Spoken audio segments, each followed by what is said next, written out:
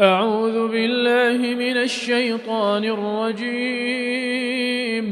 بسم الله الرحمن الرحيم. يا أيها الذين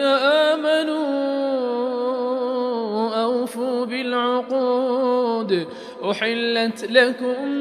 بهيمة الأنعام إلا ما يتلى عليكم غير محل الصيد وأنتم حرم. إن الله يحكم ما يريد. يا أيها الذين آمنوا لا تحلوا شعائر الله ولا الشهر الحرام ولا الهدي ولا القلائد ولا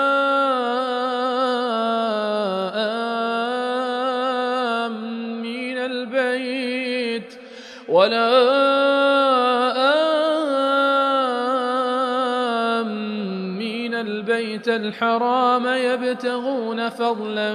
من ربهم ورضوانا. وإذا حللتم فاصطادوا ولا يجرمنكم شنآن قوم أن صدوكم عن المسجد الحرام أن تعتدوا. وتعاونوا على البر والتقوى ولا تعاونوا على الإثم والعدوان واتقوا الله إن الله شديد العقاب. حرمت عليكم الميتة والدم ولحم الخنزير وما أهل لغير الله به والمنخنقة والموقوذة والمتردية والنطيحة وما أكل السبع إلا ما ذكيتم وما ذبح على النصب وأن تستقسموا بالأزلام ذلكم فسق. اليوم يئس الذين كفروا من دينكم فلا تخشوهم واخشون. اليوم أكملت لكم دينكم وأتممت عليكم نعمتي ورضيت لكم الإسلام دينا. فمن اضطر في مخمصة غير متجانف لإثم فإن الله غفور رحيم. يسألونك ماذا أحل لهم قل أحل لكم الطيبات وما علمتم من الجوارح مكلبين تعلمونهن مما علمكم الله فكلوا مما أمسكن عليكم واذكروا اسم الله عليه واتقوا الله إن الله سريع الحساب. اليوم أحل لكم الطيبات وطعام الذين أوتوا الكتاب حل لكم وطعامكم حل لهم. والمحصنات من المؤمنات والمحصنات من الذين أوتوا الكتاب من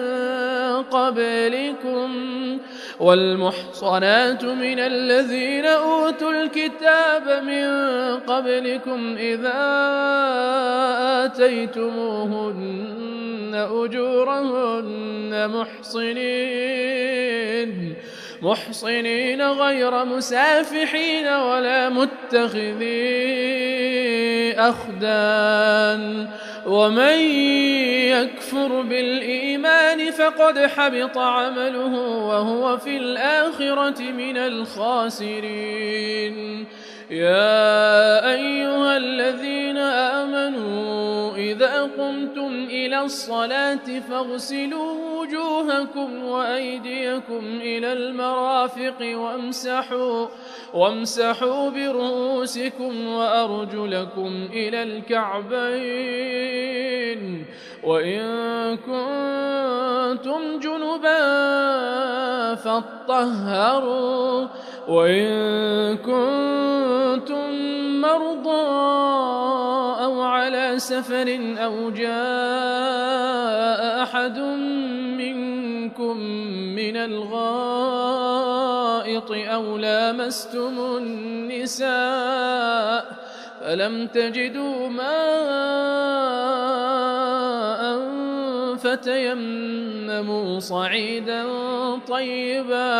فتيمموا صعيدا طيبا فامسحوا بوجوهكم وأيديكم منه ما يريد الله ليجعل عليكم من حرج ولكن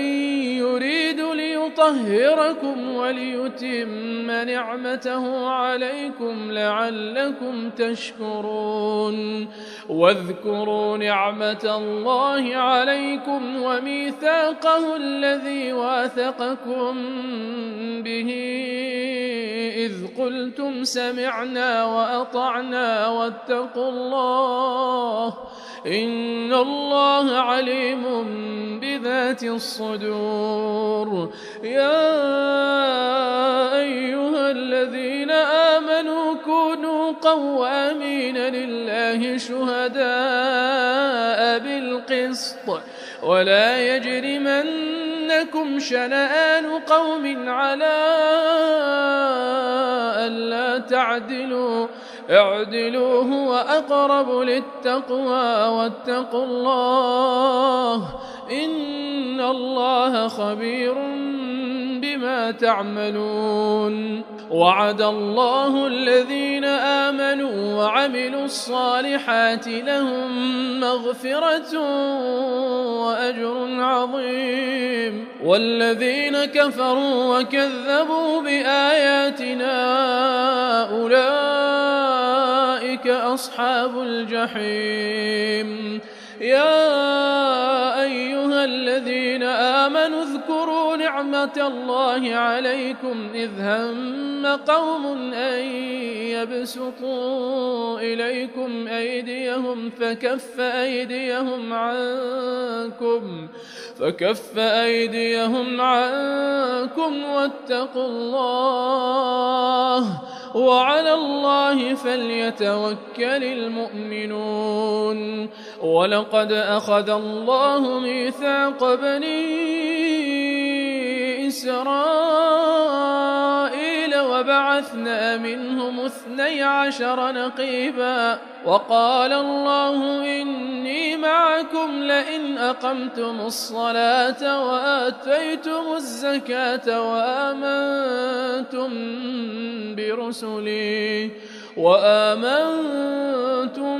برسلي وعزرتموهم وأقرضتم الله قرضا حسنا لأكفرن عنكم سيئاتكم ولأدخلنكم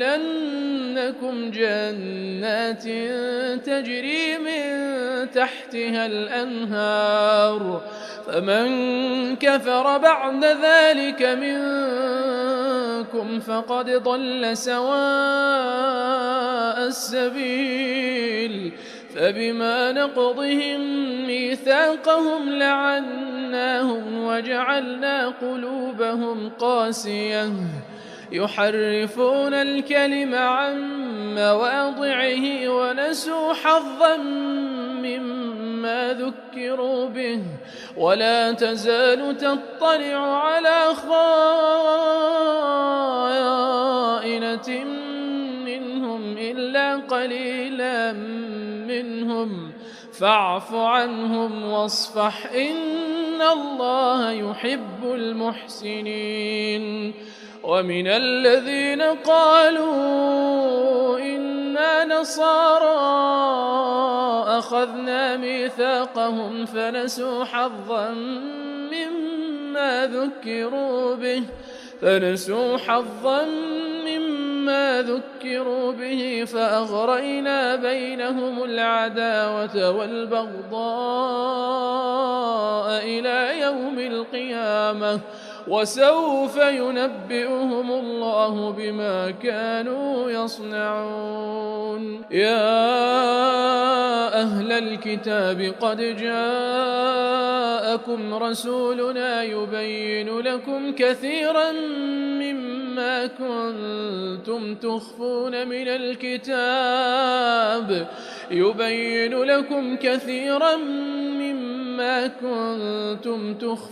من الكتاب ويعفو عن كثير. قد جاءكم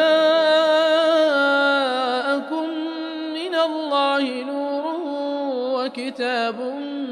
مبين يهدي به الله من اتبع رضوانه سبل السلام ويخرجهم من الظلمات إلى النور بإذنه ويهديهم إلى صراط مستقيم. لقد كفر الذين قالوا إن الله هو المسيح ابن مريم قل فمن يملك من الله شيئا إن أراد أن يهلك المسيح ابن مريم وأمه ومن في الأرض جميعا ولله ملك السماوات والأرض وما بينهما يخلق ما يشاء والله على كل شيء قدير. وقالت اليهود والنصارى نحن أبناء الله وأحباؤه قل فلم يعذبكم بذنوبكم بل أنتم بشر ممن خلق يغفر لمن يشاء ويعذب من يشاء ولله ملك السماوات والأرض وما بينهما وإليه المصير. يا أهل الكتاب قد جاءكم رسولنا يبين لكم على فترة من الرسل أن تقولوا ما جاءنا من بشير ولا نذير فقد جاءكم بشير ونذير والله على كل شيء قدير. وإذ قال موسى لقومه يا قوم اذكروا نعمة الله عليكم إذ جعل فيكم أنبياء وجعلكم ملوكا وآتاكم ما لم يؤت أحدا من العالمين. يا قوم ادخلوا الأرض المقدسة التي كتب الله لكم ولا ترتدوا على أدباركم فتنقلبوا خاسرين. قالوا يا موسى إن فيها قوما جبارين وإنا لن ندخلها حتى يخرجوا منها فإن يخرجوا منها فإنا داخلون. قال رجلان من الذين يخافون أنعم الله عليهم ادخلوا عليهم الباب فإذا دخلتموه فإنكم غالبون وعلى الله فتوكلوا إن كنتم مؤمنين. قالوا يا موسى إنا لن ندخلها أبدا ما داموا فيها فاذهب أنت وربك فقاتلا إنا هاهنا قاعدون قال رب إني لا أملك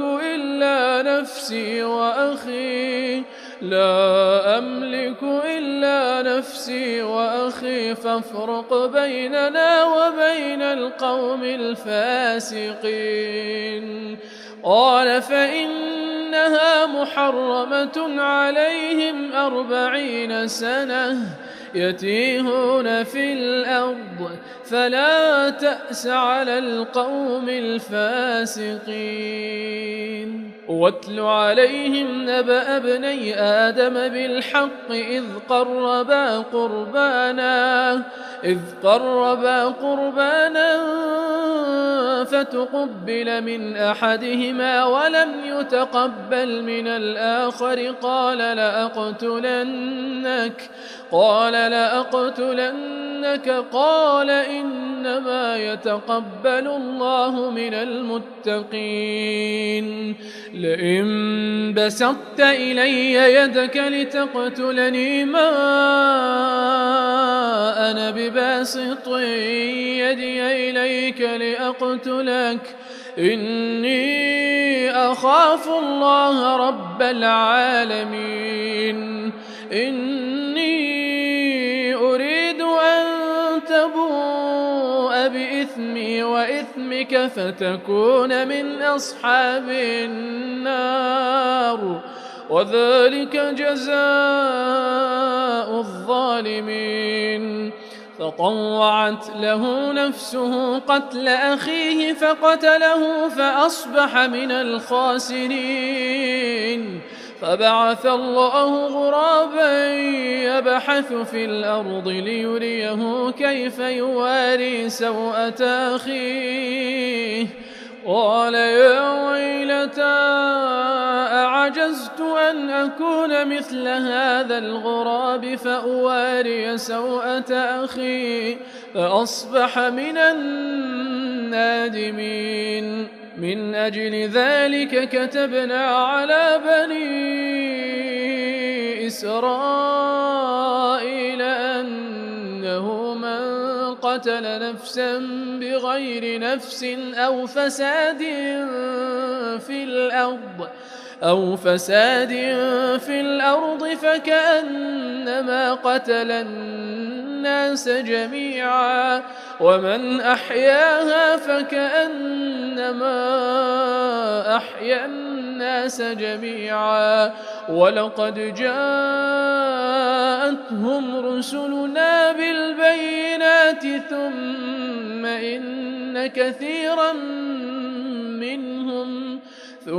إن كثيرا منهم بعد ذلك في الأرض لمسرفون إنما جزاء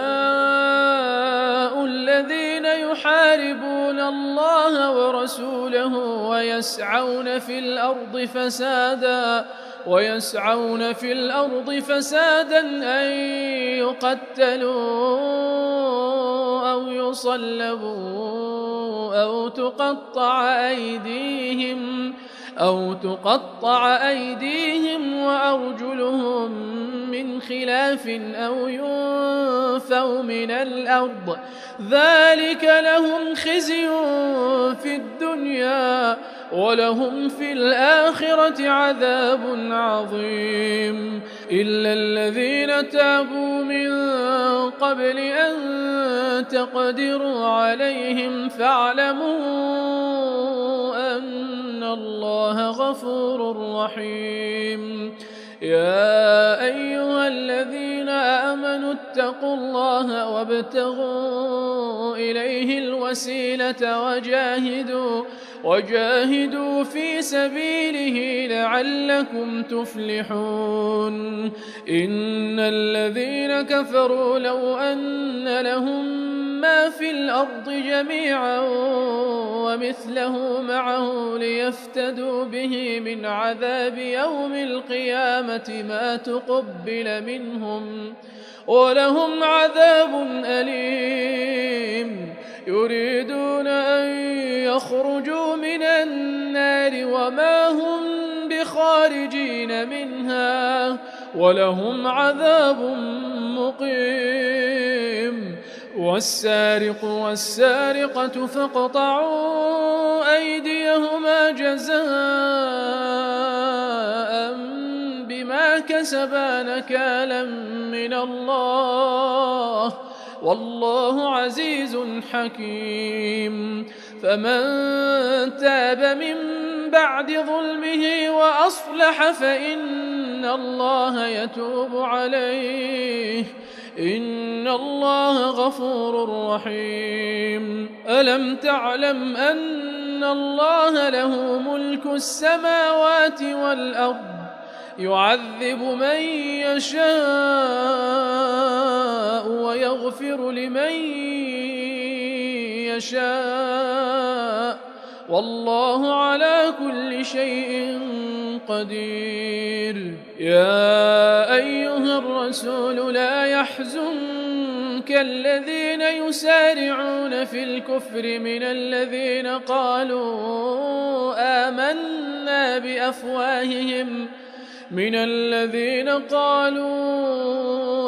آمنا بأفواههم ولم تؤمن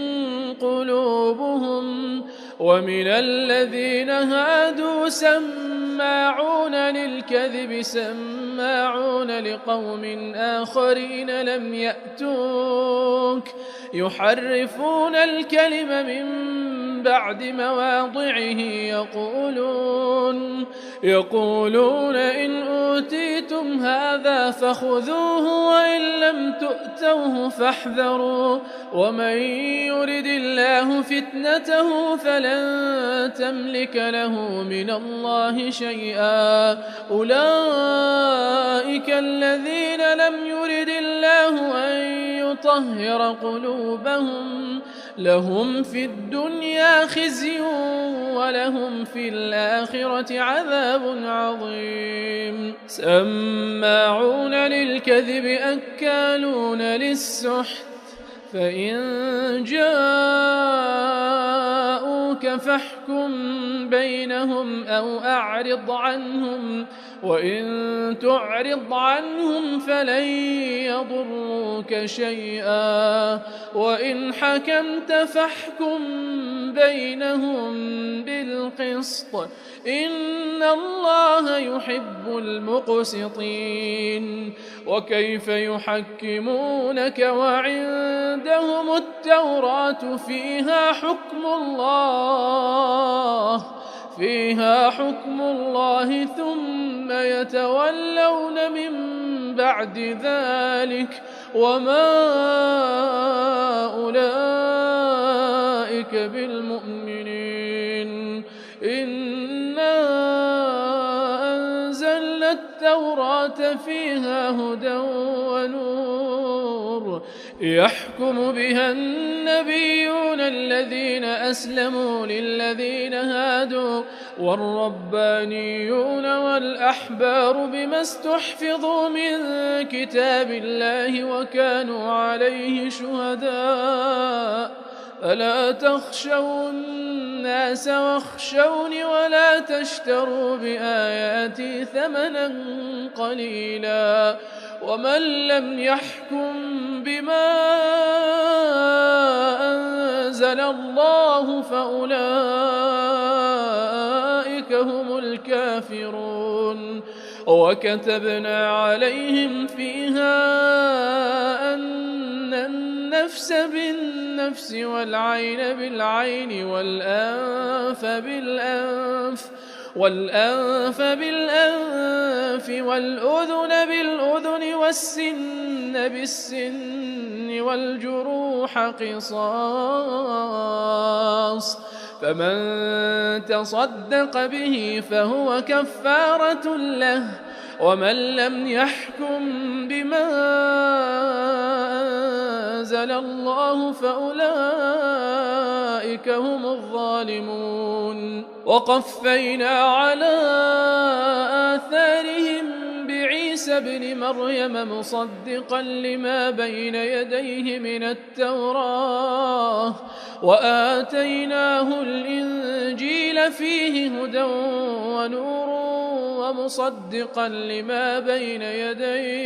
ونور ومصدقا لما بين يديه من التوراة وهدى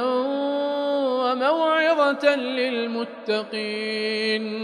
وليحكم أهل الإنجيل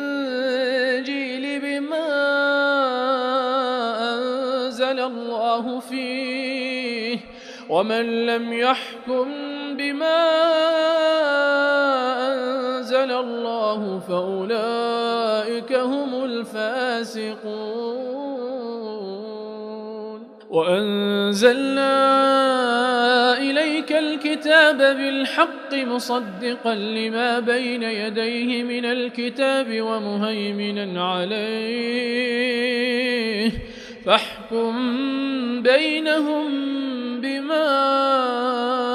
أنزل الله ولا تتبع أهواءهم عما جاءك من الحق لكل جعلنا منكم شرعة ومنهاجا ولو شاء الله لجعلكم أمة واحدة ولكن ليبلوكم فيما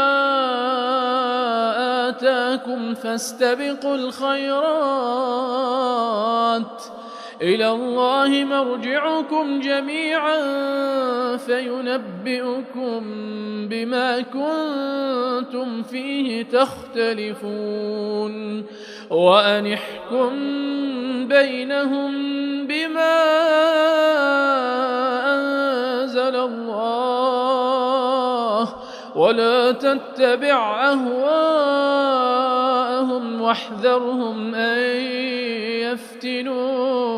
واحذرهم أن يفتنوك عن بعض ما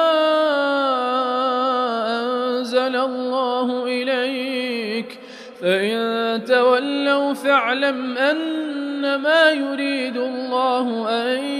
يصيبهم ببعض ذنوبهم وإن كثيرا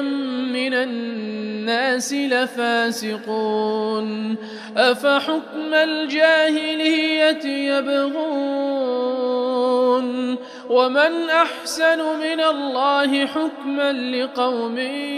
يوقنون يا أيها الذين آمنوا لا تتخذوا اليهود والنصارى أولياء بعضهم أولياء بعض ومن يتولهم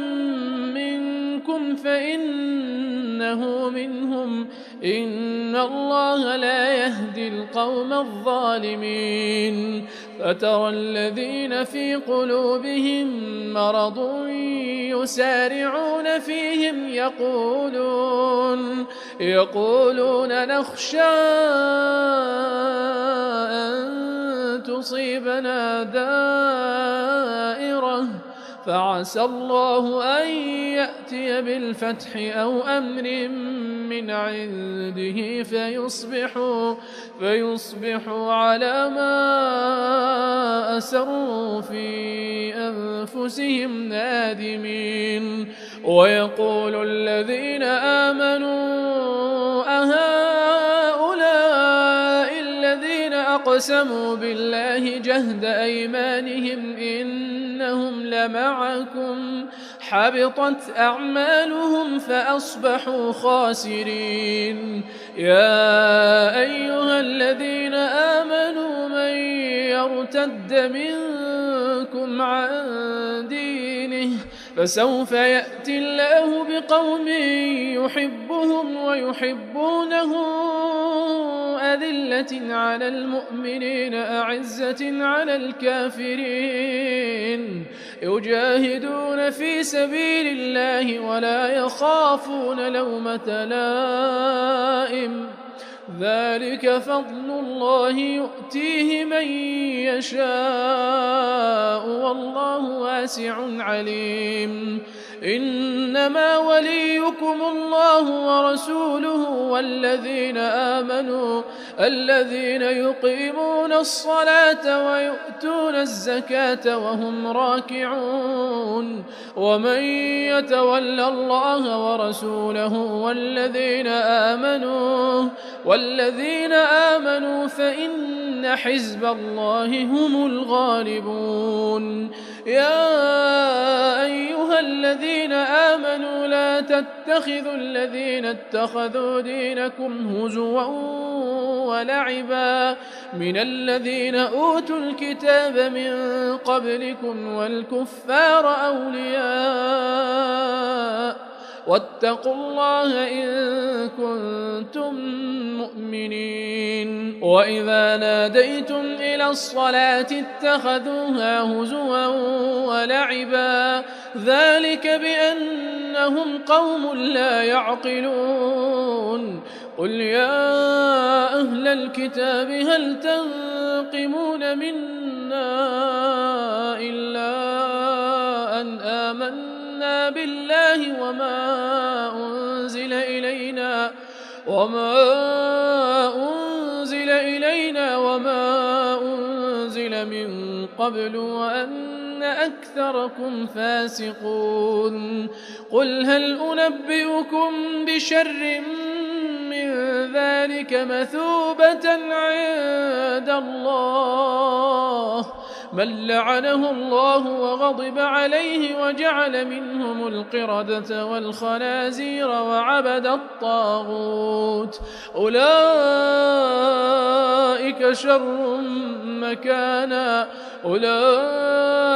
شر مكانا وأضل عن سواء السبيل وإذا جاءوكم قالوا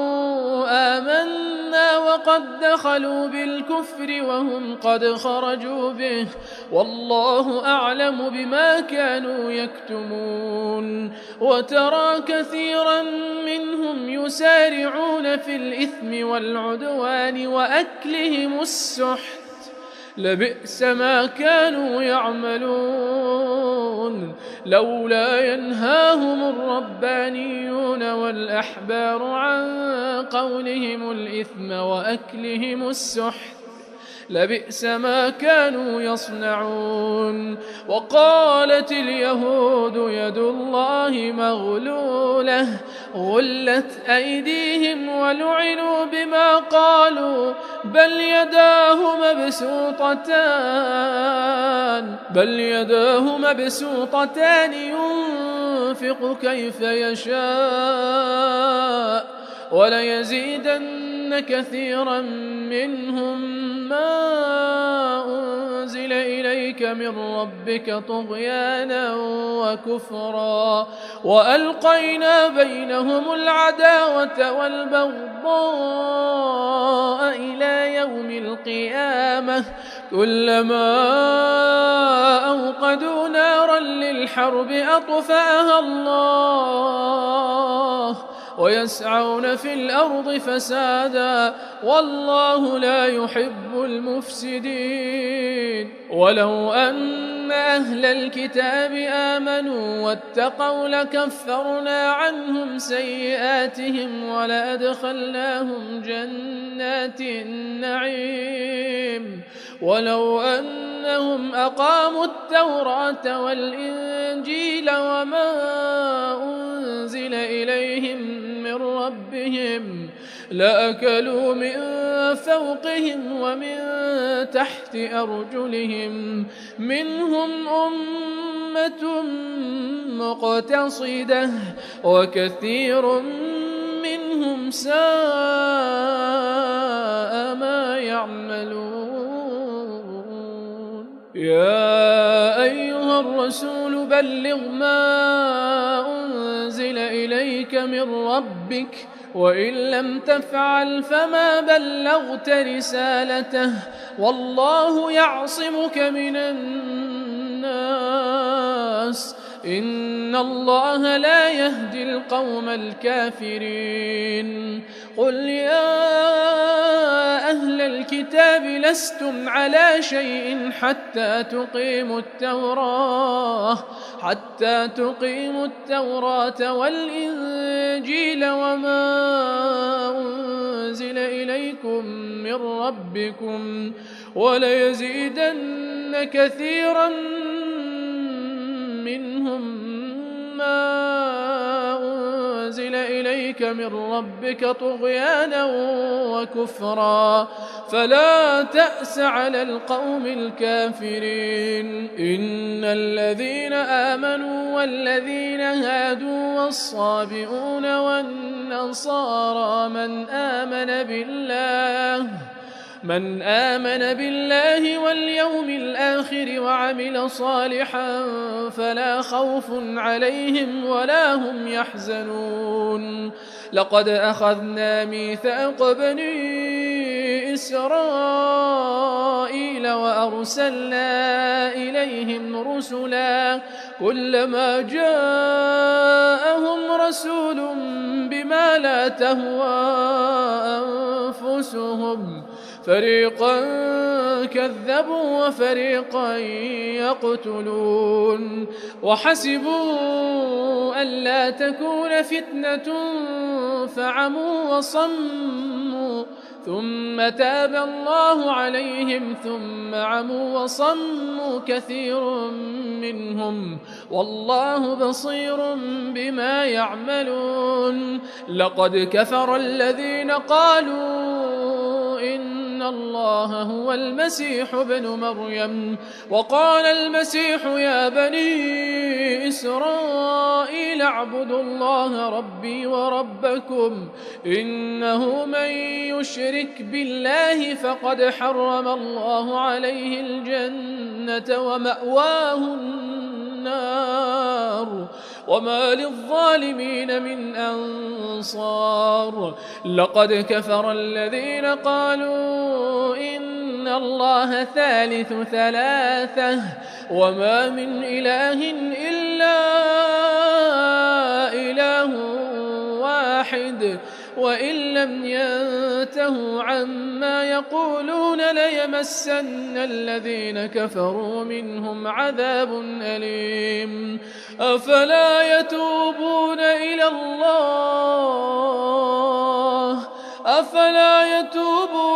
الله ويستغفرونه والله غفور رحيم ما المسيح ابن مريم إلا رسول قد خلت من قبله الرسل وأمه صديقة كانا يأكلان الطعام انظر كيف نبين لهم الآيات ثم انظر أنا يؤفكون قل أتعبدون من دون الله ما لا يملك لكم ضرا ولا نفعا والله هو السميع العليم قل يا أهل الكتاب لا تغلوا في دينكم غير الحق ولا تتبعوا أهواء قوم قد ضلوا من قبل وأضلوا كثيرا وضلوا عن سواء السبيل لعن الذين كفروا من بني إسرائيل على لسان داود وعيسى بن مريم ذلك بما عصوا وكانوا يعتدون كانوا لا يتناهون عن منكر فعلوه فاستغفروه لبئس ما كانوا يفعلون ترى كثيرا منهم يتولون الذين كفروا لبئس ما قدمت لهم أنفسهم أن سخط الله عليهم وفي العذاب هم خالدون ولو كانوا يؤمنون بالله والنبي وما أنزل إليه ما اتخذوهم أولياء ولكن كثيرا منهم فاسقون لتجدن أشد الناس عداوة للذين آمنوا اليهود والذين أشركوا ولتجدن أقربهم مودة للذين آمنوا الذين قالوا إنا نصارى ذلك بأن منهم قسيسين ورهبانا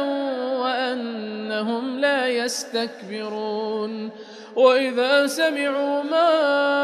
أنزل إلى الرسول ترى أعينهم تفيض من الدمع مما عرفوا من الحق يقولون ربنا آمنا فاكتبنا مع الشاهدين وما لنا لا نؤمن بالله وما جاءنا من الحق ونطمع أن يدخلنا ربنا مع القوم الصالحين فأثابهم الله بما قالوا جنات تجري من تحتها الأنهار خالدين فيها وذلك جزاء المحسنين والذين كفروا وكذبوا بآياتنا أولئك أصحاب الجحيم يا أيها الذين آمنوا لا تحرموا طيبات ما أحل الله لكم ولا تعتدوا إن الله لا يحب المعتدين وكلوا مما رزقكم الله حلالا طيبا واتقوا الله الذي أنتم به مؤمنون لا يؤاخذكم الله باللغو في أيمانكم ولكن يؤاخذكم بما عقدتم الأيمان فكفارته إطعام 10 مساكين من أوسط ما تطعمون أهليكم أو كسوتهم أو تحرير رقبة فمن لم يجد فصيام 3 أيام ذلك كفارة أيمانكم إذا حلفتم واحفظوا أيمانكم كذلك يبين الله لكم آياته لعلكم تشكرون يا أيها الذين آمنوا إنما الخمر والميسر والأنصاب والأزلام رجس من عمل الشيطان فاجتنبوه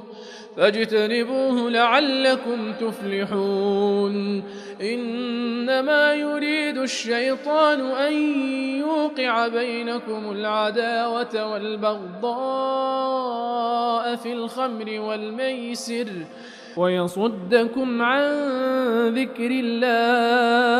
ويصدكم عن ذكر الله وعن الصلاة فهل أنتم منتهون وأطيعوا الله وأطيعوا الرسول واحذروا فإن توليتم فاعلموا أنما على رسولنا البلاغ المبين ليس على الذين آمنوا وعملوا الصالحات جناح فيما طعموا إذا ما اتقوا وآمنوا وعملوا الصالحات ثم اتقوا وآمنوا ثم اتقوا وأحسنوا والله يحب المحسنين يا أيها الذين آمنوا ليبلونكم الله بشيء من الصيد تناله أيديكم ورماحكم ليعلم الله من يخافه بالغيب، فمن اعتدى بعد ذلك فله عذاب أليم. يا أيها الذين آمنوا لا تقتلوا الصيد وأنتم حرم، ومن قتله منكم متعمدا فجزاء مثل ما قتل من النعم يحكم به ذوى عدل منكم هديا بالغ الكعبة أو كفارة طعام مساكين أو عدل ذلك صياما ليذوق وبال أمره. عفى الله عما سلف ومن عاد فينتقم الله منه، والله عزيز ذو انتقام. أحل لكم صيد البحر وطعامه متاعا لكم وللسيارة، وحرم عليكم صيد البر ما دمتم حرما، واتقوا الله الذي إليه تحشرون. جعل الله الكعبة البيت الحرام قياما للناس والشهر الحرام والهدي والقلائد، ذلك لتعلموا أن الله يعلم ما في السماوات وما في الأرض، وأن الله بكل شيء عليم. اعلموا أن الله شديد العقاب، وأن الله غفور رحيم. ما على الرسول إلا البلاغ، والله يعلم ما تبدون وما تكتمون. قل لا يستوي الخبيث والطيب ولو أعجبك كثرة الخبيث، فاتقوا الله يا أولي الألباب لعلكم تفلحون. يا أيها الذين آمنوا لا تسألوا عن أشياء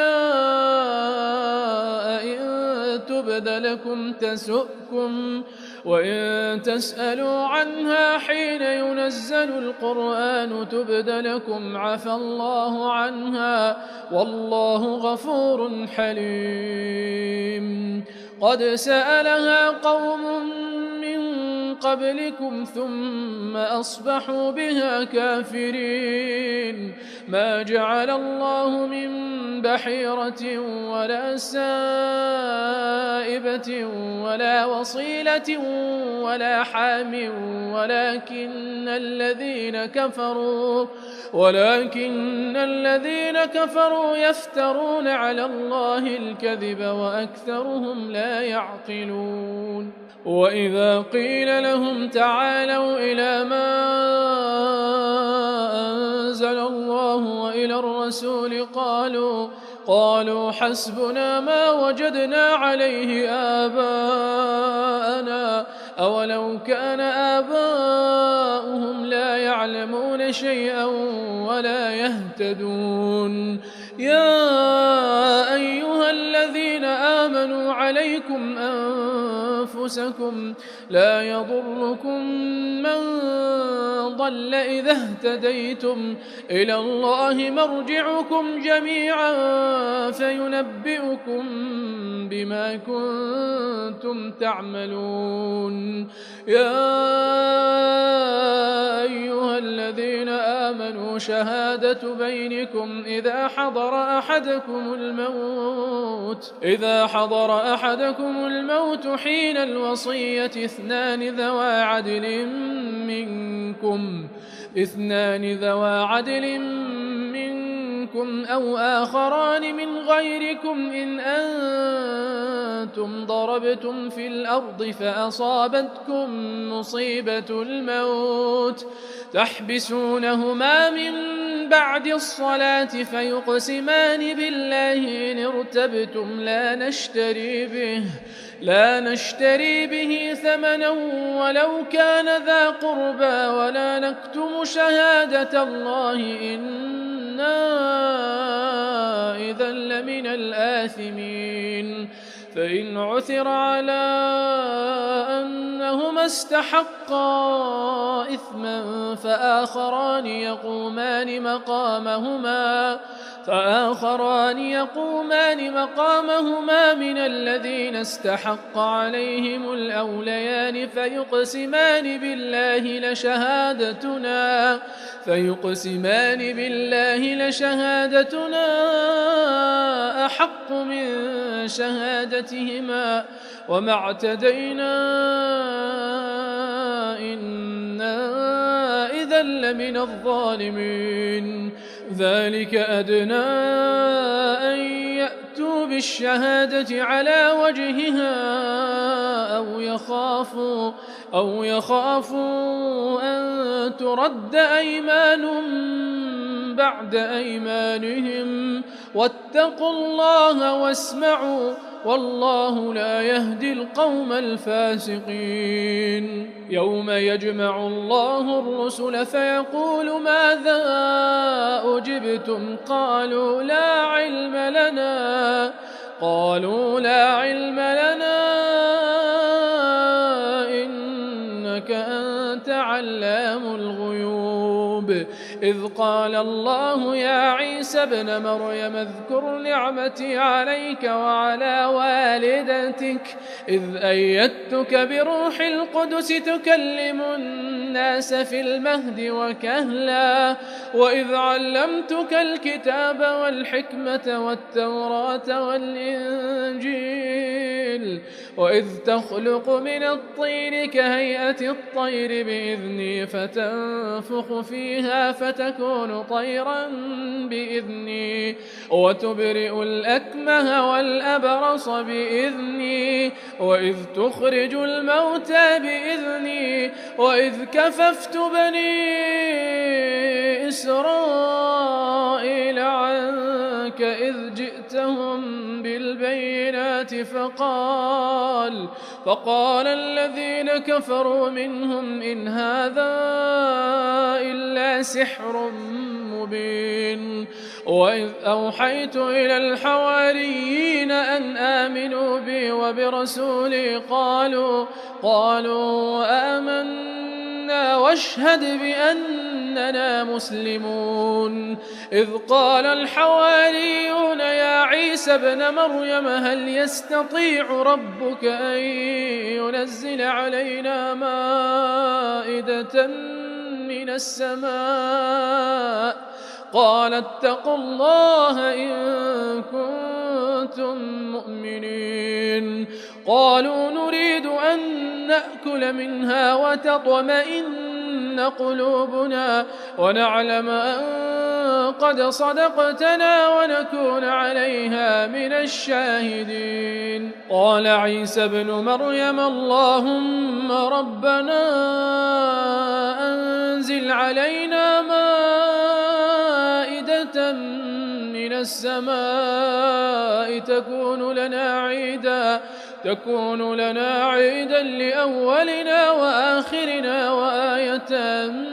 منك وارزقنا وأنت خير الرازقين قال الله إني منزلها عليكم فمن يكفر بعد منكم فإني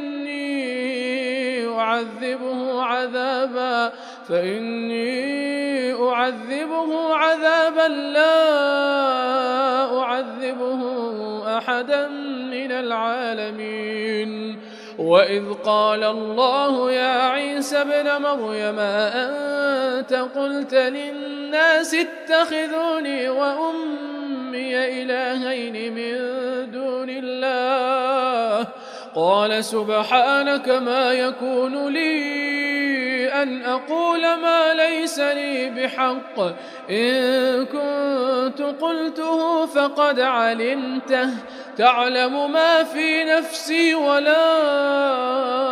أعلم ما في نفسك إنك أنت علام الغيوب ما قلت لهم إلا ما أمرتني به أن اعبدوا الله ربي وربكم وكنت عليهم شهيدا ما دمت فيهم فلما توفيتني كنت أنت الرقيب عليهم وأنت على كل شيء شهيد إن تعذبهم فإنهم عبادك وإن تغفر لهم فإنك أنت العزيز الحكيم قال الله هذا يوم ينفع الصادقين صدقهم لهم جنات تجري من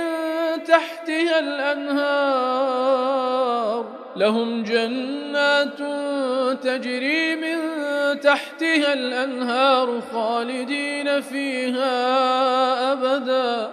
رضي الله عنهم ورضوا عنه ذلك الفوز العظيم لله ملك السماوات والأرض وما فيهن وهو على كل شيء قدير.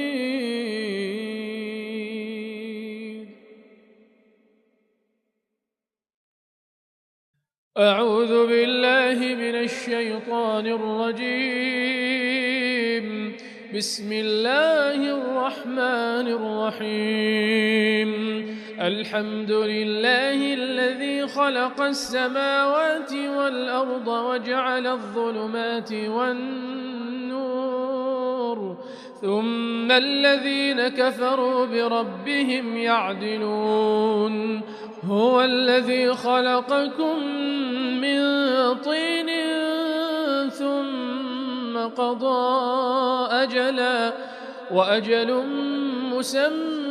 عنده ثم أنتم تمترون. وهو الله في السماوات وفي الأرض يعلم سركم وجهركم ويعلم ما تكسبون وما تأتيهم من آية من آيات ربهم إلا كانوا عنها معرضين. فقد كذبوا بالحق لما جاءهم فسوف يأتيهم أنباء ما كانوا به يستهزئون. ألم يروا كم أهلكنا من قبلهم من قرن مكناهم في الأرض ما لم نمكن لكم وأرسلنا السماء عليهم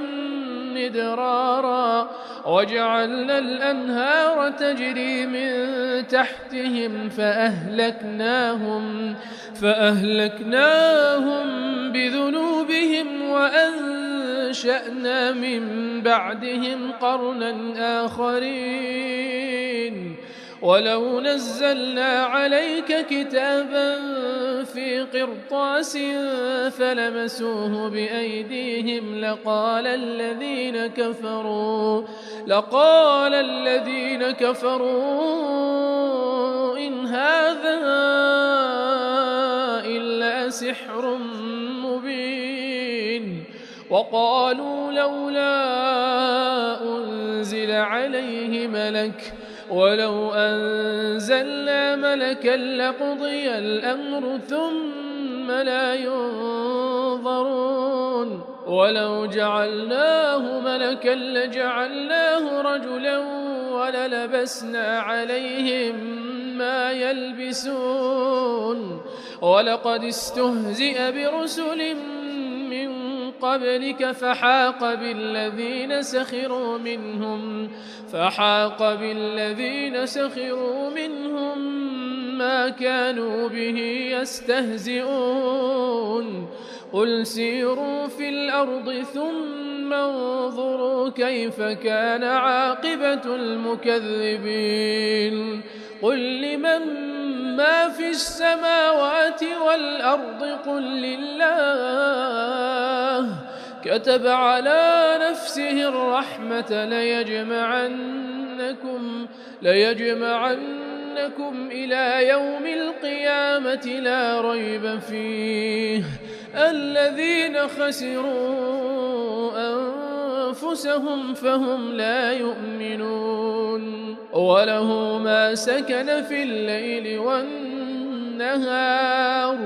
وهو السميع العليم قل أغير الله أتخذ وليا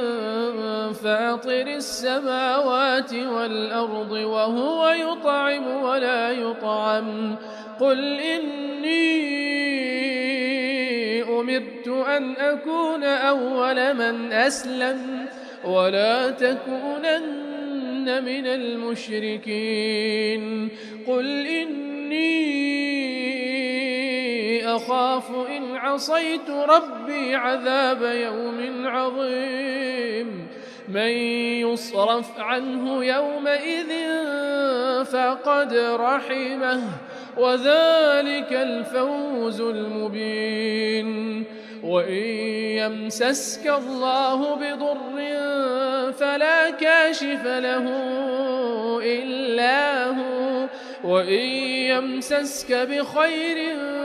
فهو على كل شيء قدير وهو القاهر فوق عباده وهو الحكيم الخبير قل أي شيء أكبر شهادة قل الله شهيد بيني وبينكم وأوحي إلي هذا القرآن لأنذركم به ومن بلغ أئنكم لتشهدون أن مع الله آلهة أخرى قل لا أشهد قل إنما هو إله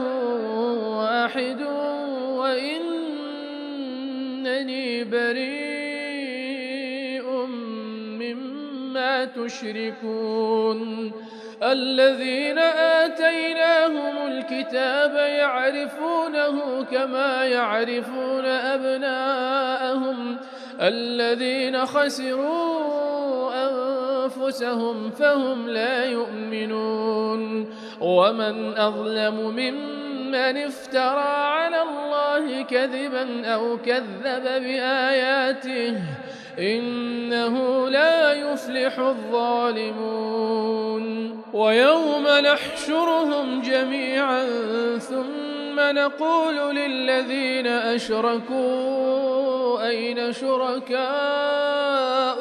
الذين كنتم تزعمون ثم لم تكن فتنتهم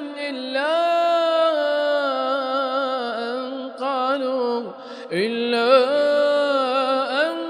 قالوا والله ربنا ما كنا مشركين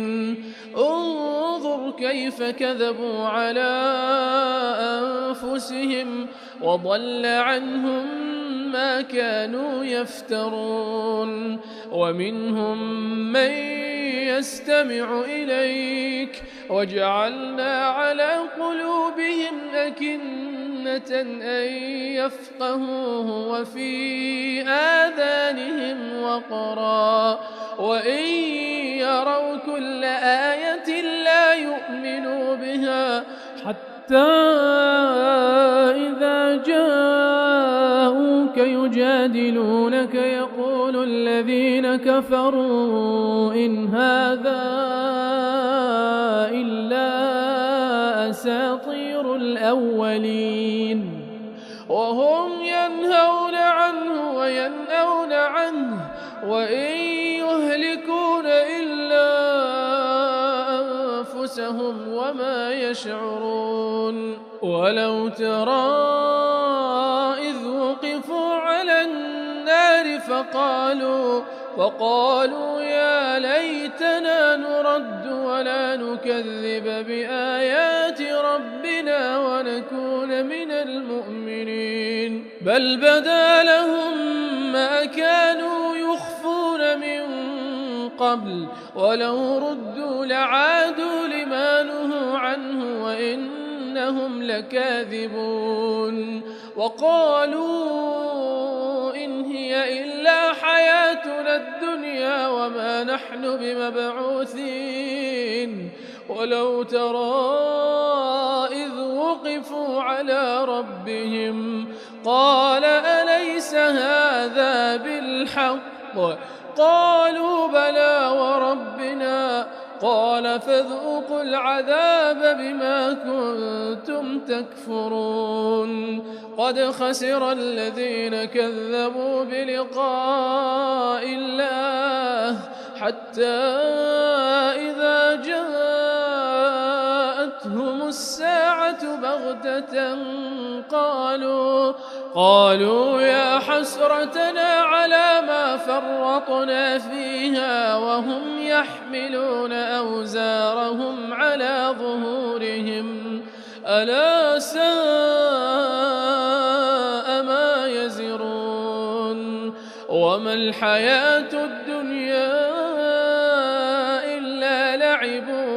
وله وللدار الآخرة خير للذين يتقون أفلا تعقلون قد نعلم إنه ليحزنك الذي يقولون فإنهم لا يكذبونك ولكن الظالمين بآيات الله يجحدون ولقد كذبت رسل من قبلك فصبروا على ما كذبوا وأوذوا حتى أتاهم نصرنا ولا مبدل لكلمات الله ولقد جاءك من نبأ المرسلين وإن كان كبر عليك إعراضهم فإن استطعت أن تبتغي نفقا في الأرض أو سلما في السماء فتأتيهم بآية ولو شاء الله لجمعهم على الهدى فلا تكونن من الجاهلين إنما يستجيب الذين يسمعون والموتى يبعثهم الله ثم إليه يرجعون وقالوا لولا نزل عليه آية من ربه قل إن الله قادر على أن ينزل آية ولكن أكثرهم لا يعلمون وما من دابة في الأرض ولا طائر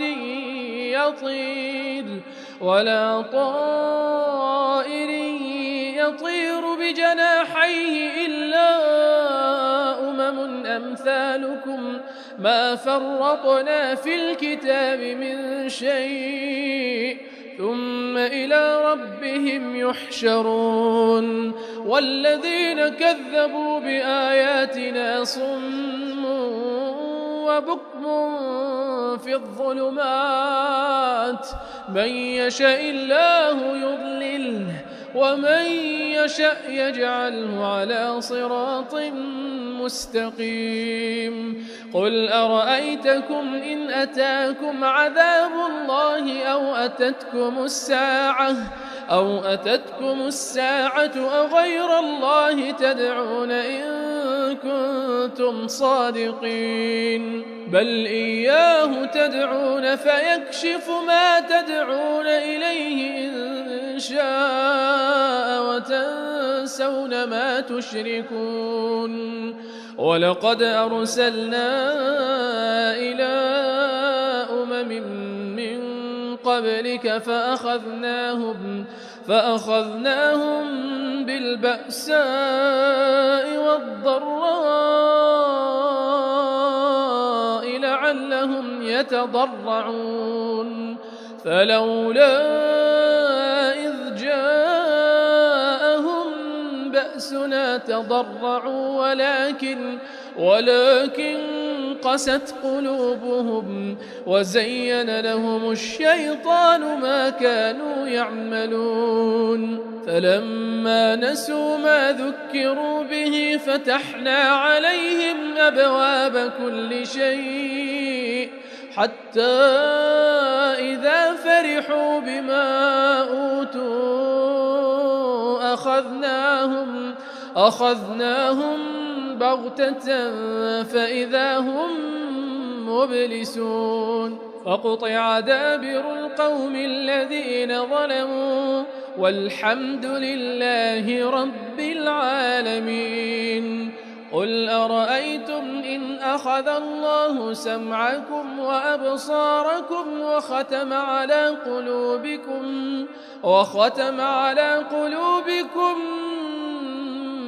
من إله غير الله يأتيكم به انظر كيف نصرف الآيات ثم هم يصدفون قل أرأيتكم إن أتاكم عذاب الله بغتة أو جهرة هل يهلك إلا القوم الظالمون وما نرسل المرسلين إلا مبشرين ومنذرين فمن آمن وأصلح فلا خوف عليهم ولا هم يحزنون والذين كذبوا بآياتنا يمسهم العذاب بما كانوا يفسقون قل لا أقول لكم عندي خزائن الله ولا أعلم الغيب ولا أقول لكم إني ملك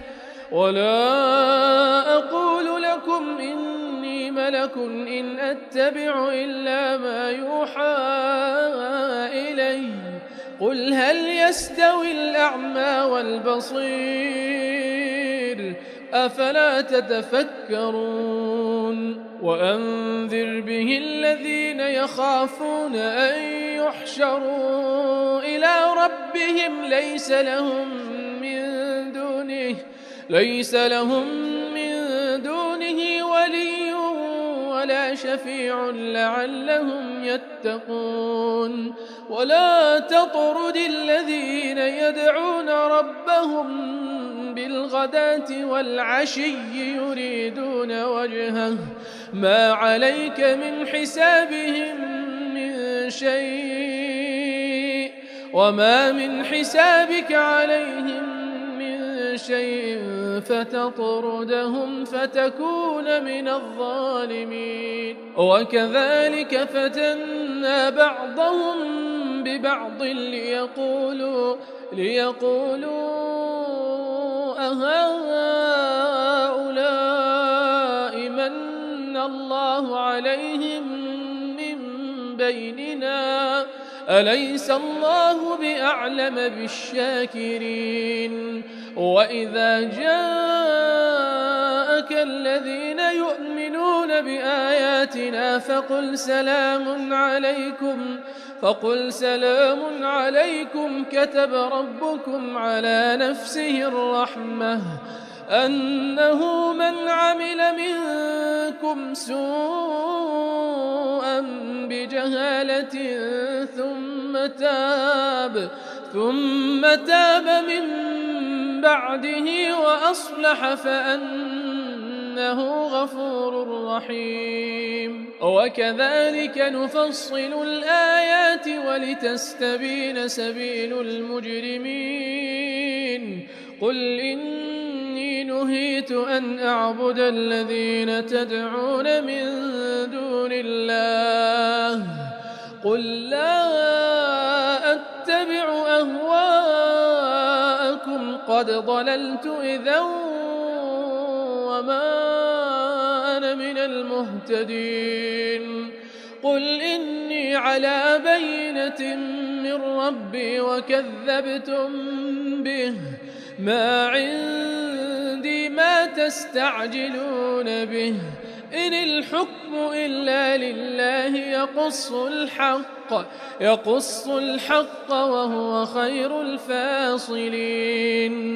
قل لو أن عندي ما تستعجلون به لقضي الأمر بيني وبينكم والله أعلم بالظالمين وعنده مفاتح الغيب لا يعلمها إلا هو ويعلم ما في البر والبحر وما تسقط من ورقة إلا يعلمها ولا حبة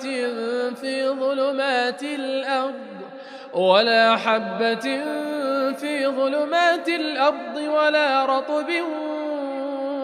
ولا يابس إلا في كتاب مبين وهو الذي يتوفاكم بالليل ويعلم ما جرحتم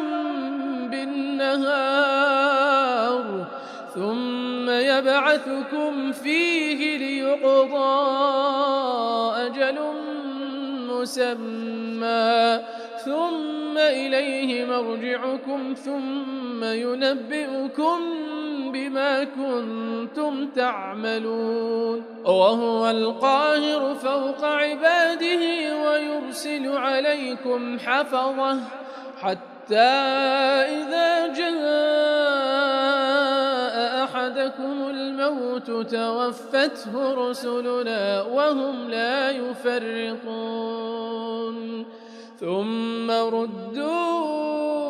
إلى الله مولاهم الحق ألا له الحكم وهو أسرع الحاسبين قل من ينجيكم من ظلمات البر والبحر تدعونه تضرعا وخفية لئن أنجانا من هذه لنكونن من الشاكرين قل الله ينجيكم منها ومن كل كرب ثم أنتم تشركون قل هو القادر على أن يبعث عليكم عذابا من فوقكم أو من تحت أرجلكم أو يلبسكم شيعا ويذيق بعضكم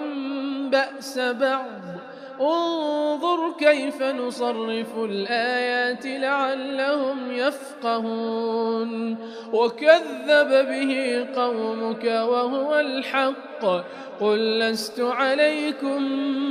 بوكيل لكل نبأ مستقر وسوف تعلمون وإذا رأيت الذين يخوضون في آياتنا فأعرض عنهم حتى يخوضوا في حديث غيره وإما ينسينك الشيطان فلا تقعد بعد الذكرى مع القوم الظالمين وما على الذين يتقون من حسابهم من شيء ولكن ذكرى لعلهم يتقون وذر الذين اتخذوا دينهم لعبا ولهوا وغرتهم الحياة الدنيا وذكر به أن تبسل نفس بما كسبت ليس لها من دون الله ولي ولا شفيع وإن تعدل كل عدل لا يؤخذ منها أولئك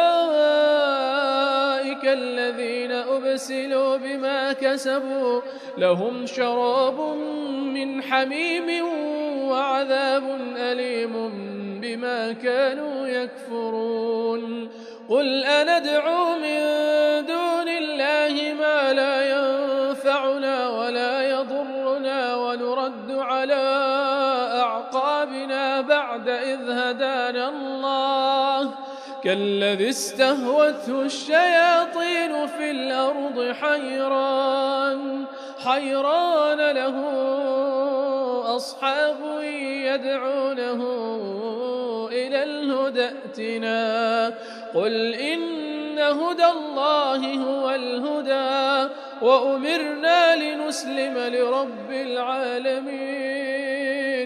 وأن أقيموا الصلاة واتقوه وهو الذي إليه تحشرون وهو الذي خلق السماوات والأرض بالحق ويوم يقول كن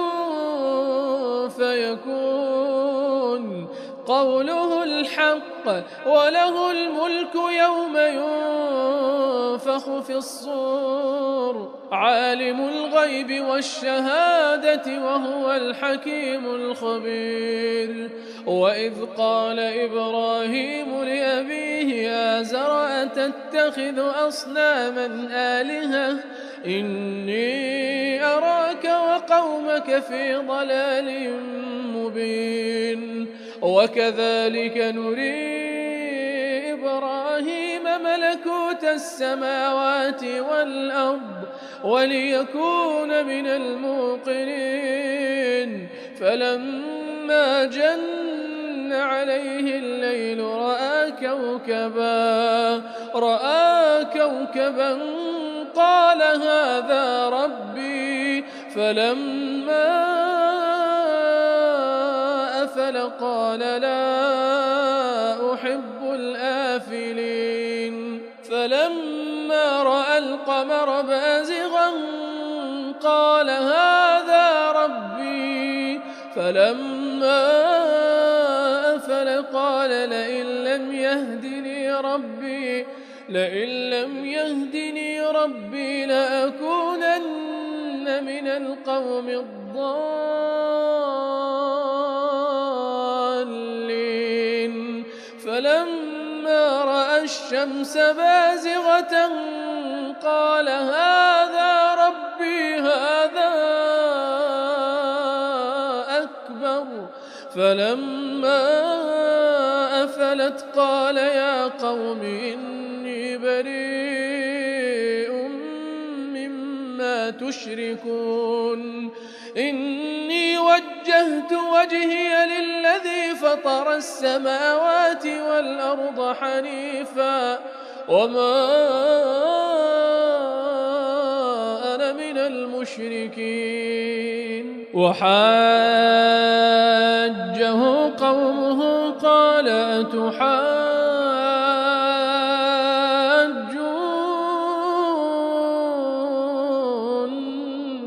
في الله وقد هدان ولا أخاف ما تشركون به إلا أن يشاء ربي شيئا وسع ربي كل شيء علما أفلا تتذكرون وكيف أخاف ما أشركتم ولا تخافون أنكم أشركتم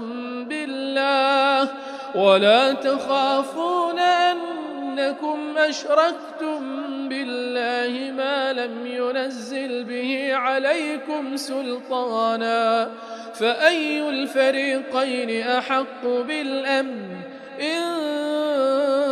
كنتم تعلمون الذين آمنوا ولم يلبسوا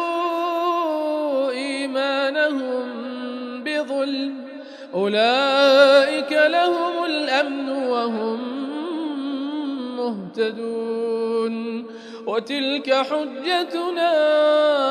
آتيناها إبراهيم على قومه نرفع درجات من نشاء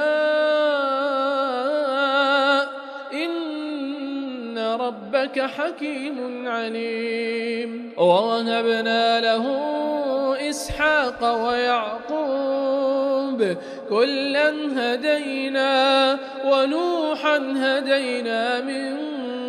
قبل ومن ذريته داود وسليمان وأيوب ويوسف وموسى وهارون وكذلك نجزي المحسنين وزكريا ويحيى وعيسى وإلياس كل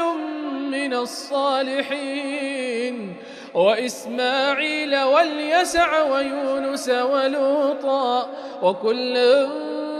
فضلنا على العالمين ومن آبائهم وذرياتهم وإخوانهم واجتبيناهم وهديناهم إلى صراط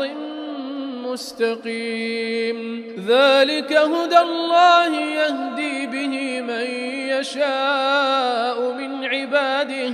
ولو أشركوا لحبط عنهم ما كانوا يعملون أولئك الذين آتيناهم الكتاب والحكم والنبوة فإن يكفر بها هؤلاء فقد وكلنا بها قوما ليسوا بها بكافرين أولئك الذين هدى الله فبهداه مقتده قل لا أسألكم عليه أجرا إن هو إلا ذكرى للعالمين وما قدروا الله حق قدره إذ قالوا ما أنزل الله على بشر من شيء قل من أنزل الكتاب الذي جاء به موسى نورا وهدى للناس تجعلونه قراطيس تبدونها وتخفون كثيرا وعلمتم ما لم تعلموا أنتم ولا آباؤكم قل الله ثم ذرهم في خوضهم يلعبون وهذا كتاب أنزلناه مبارك مصدق الذي بين يديه ولتنذر أم القرى ومن حولها والذين يؤمنون بالآخرة يؤمنون به وهم على صلاتهم يحافظون ومن أظلم ممن افترى على الله كذبا أو قال أوحي إلي ولم يوحى إليه شيء ومن قال سأنزل مثل ما أنزل الله ولو ترى إذ الظالمون في غمرات الموت والملائكة باسطوا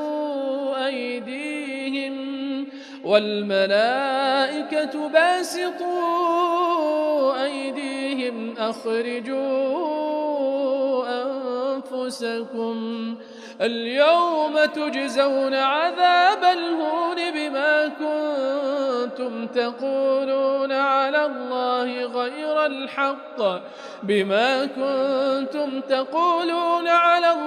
غير الحق وكنتم عن آياته تستكبرون ولقد جئتمونا فرادا كما خلقناكم أول مرة وتركتم ما خولناكم وراء ظهوركم وما نرى معكم شفعاءكم الذين زعمتم أنهم فيكم شركاء لقد تقطع بينكم وضل عنكم ما كنتم تزعمون إن الله فالق الحب والنوى يخرج الحي من الميت ومخرج الميت من الحي ذلكم الله فأنى تؤفكون فالق الإصباح وجعل الليل سكنا والشمس والقمر حسبانا ذلك تقدير العزيز العليم وهو الذي جعل لكم النجوم لتهتدوا بها في ظلمات البر والبحر قد فصلنا الآيات لقوم يعلمون وهو الذي أنشأكم من نفس واحدة فمستقر ومستودع قد فصلنا الآيات لقوم يفقهون وهو الذي أنزل من السماء ماء فأخرجنا به نبات كل شيء فأخرجنا منه خضرا نخرج منه حبا متراكبا ومن النخل من طلعها قنوان دانية وجنات من أعناب والزيتون والرمان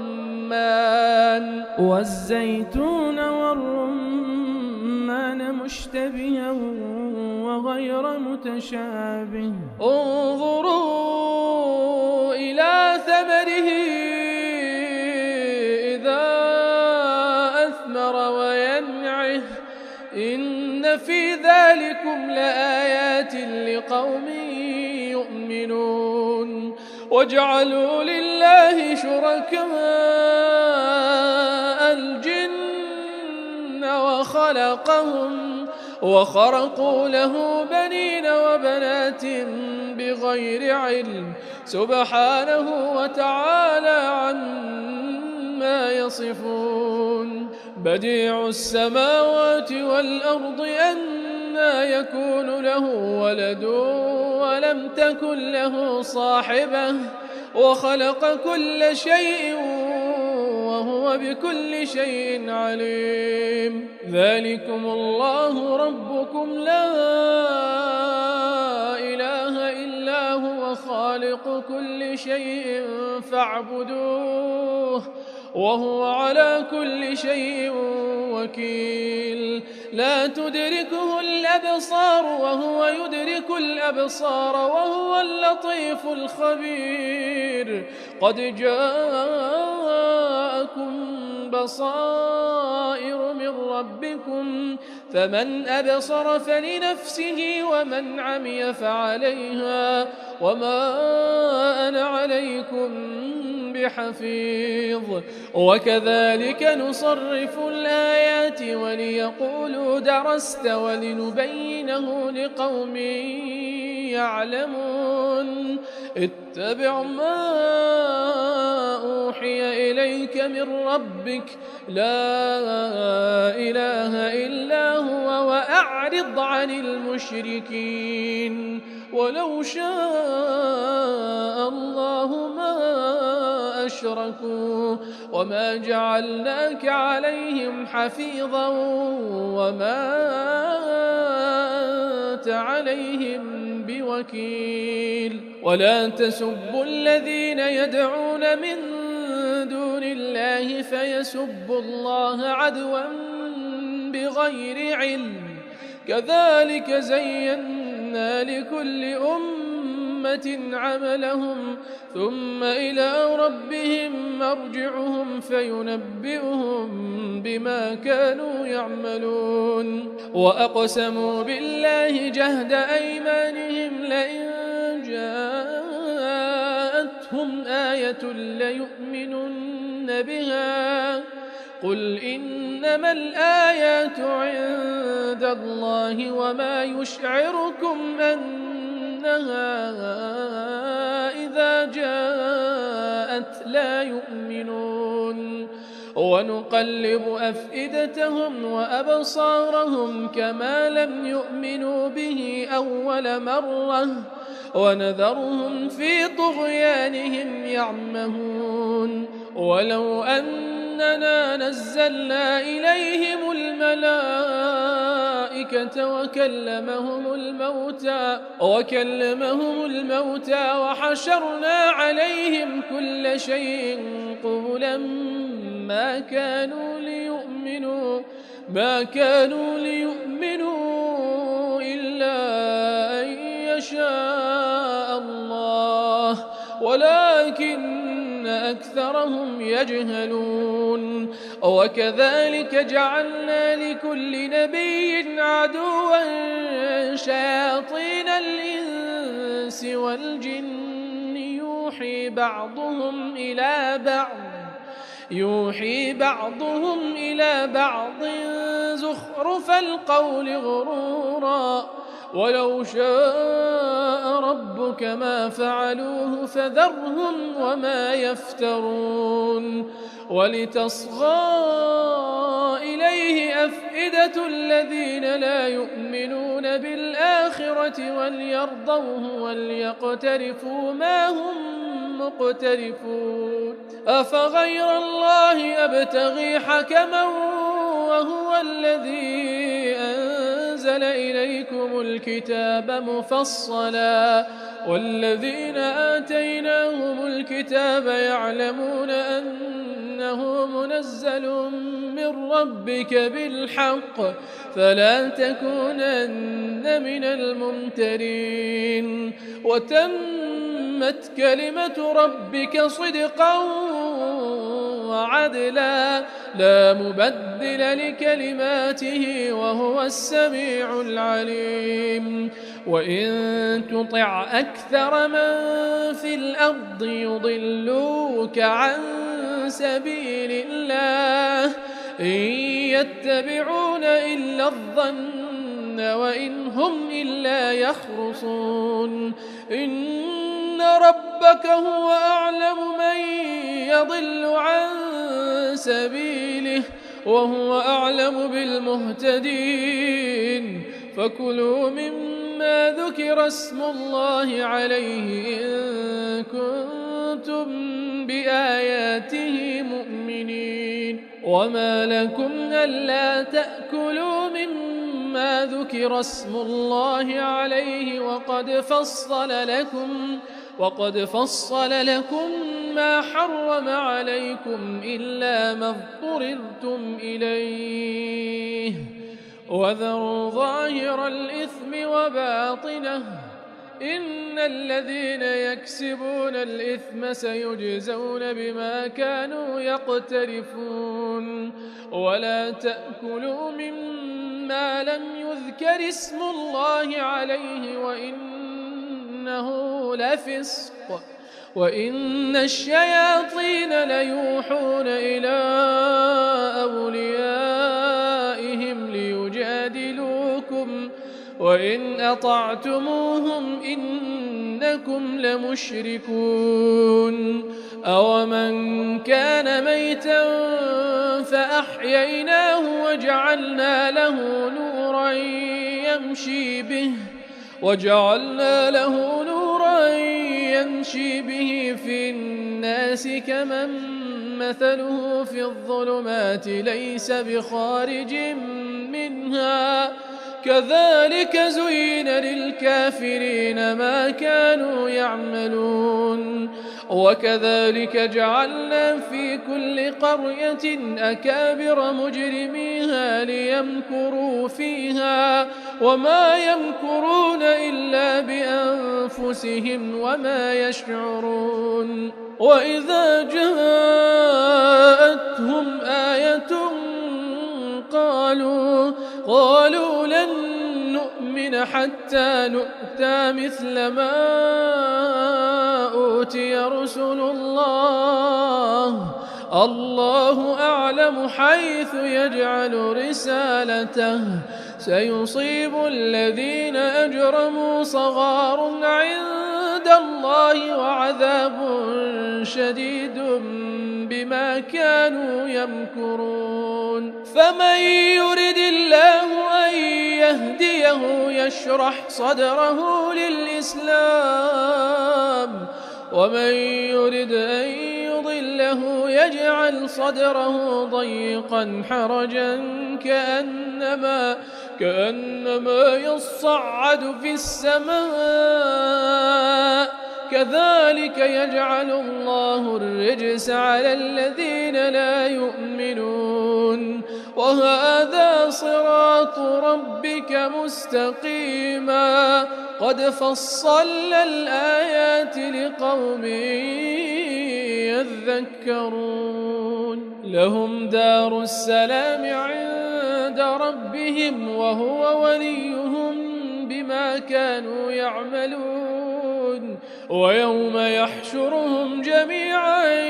يا معشر الجن قد استكثرتم من الإنس وقال أولياؤهم من الإنس ربنا استمتع بعضنا ببعض وبلغنا أجلنا الذي أجلت لنا قال النار مثواكم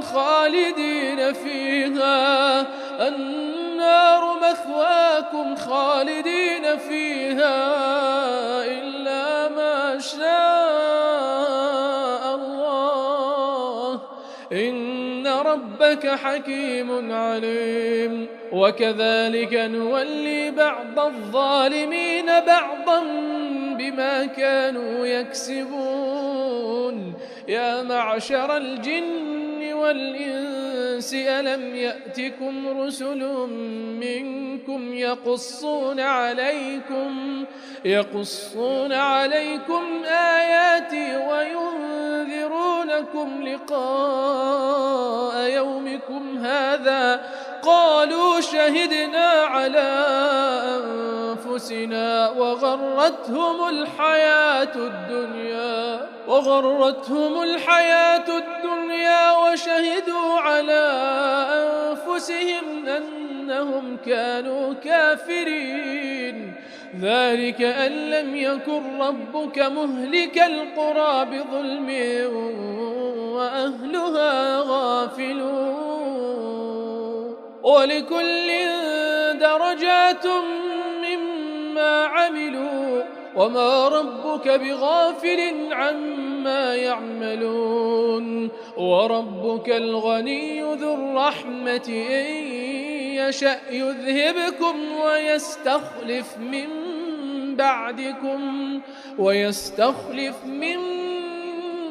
بعدكم ما يشاء كما أنشأكم من ذرية قوم آخرين إنما توعدون لآت وما أنتم بمعجزين قل يا قوم اعملوا على مكانتكم إني عامل فسوف تعلمون من تكون له عاقبة الدار إنه لا يفلح الظالمون وجعلوا لله مما ذرأ من الحرث الحرث والأنعام نصيبا فقالوا هذا لله بزعمهم وهذا لشركائنا فما كان لشركائهم فلا يصل إلى الله وما كان لله فهو يصل إلى شركائهم ساء ما يحكمون وكذلك زين لكثير من المشركين قتل أولادهم شركاؤهم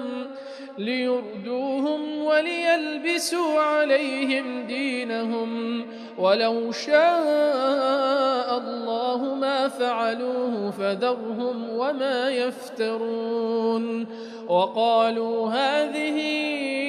أنعام وحرث حجر لا يطعمها إلا من نشاء بزعمهم وأنعام حرمت ظهورها وأنعام لا يذكرون اسم الله عليها افتراء عليه سيجزيهم بما كانوا يفترون وقالوا ما في بطون هذه الأنعام خالصة لذكورنا ومحرم على أزواجنا وإن يكن ميتة فهم فيه شركاء سيجزيهم وصفهم إنه حكيم عليم قد خسر الذين قتلوا أولادهم سفها بغير علم وحرموا ما رزقهم الله افتراء على الله قد ضلوا وما كانوا مهتدين وهو الذي أنشأ جنات معروشات وغير معروشات والنخل والزرع مختلفا أكله والزيتون والرمان متشابها وغير متشابه كلوا من ثمره إذا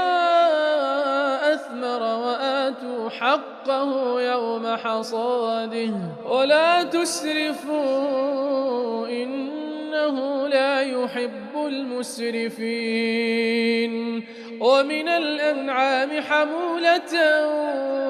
وفرشا كلوا مما رزقكم الله ولا تتبعوا خطوات الشيطان إنه لكم عدو مبين 8 أزواج من الضأن 2 ومن المعز 2 قل الذكرين حرم أم الأنثيين أما اشتملت عليه أرحام الأنثيين نبئوني بعلم إن كنتم صادقين ومن الإبل 2 ومن البقر 2 قل الذكرين حرم أم الأنثيين أما اشتملت عليه أرحام الأنثيين أم كنتم شهداء إذ وصاكم الله بهذا فمن أظلم ممن افترى على الله كذبا ليضل الناس بغير علم إن الله لا يهدي القوم الظالمين قل لا أجد فيما أوحي إلي محرما على طاعم يطعمه إلا أن يكون ميتة أو دما مسفوحا أو لحم خنزير أو لحم خنزير فإنه رجس أو فسقا أهل لغير الله به، فمن اضطر غير باغ ولا عاد فإن ربك غفور رحيم. وعلى الذين هادوا حرمنا كل ذي ظفر، ومن البقر والغنم حرمنا عليهم شحومهما إلا ما حملت ظهورهما أو الحوايا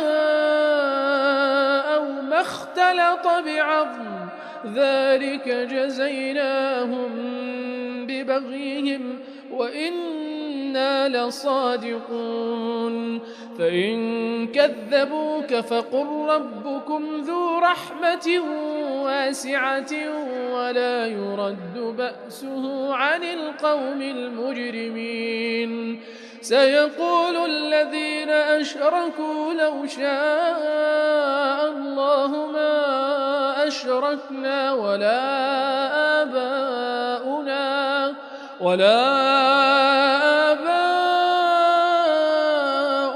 ولا حرمنا من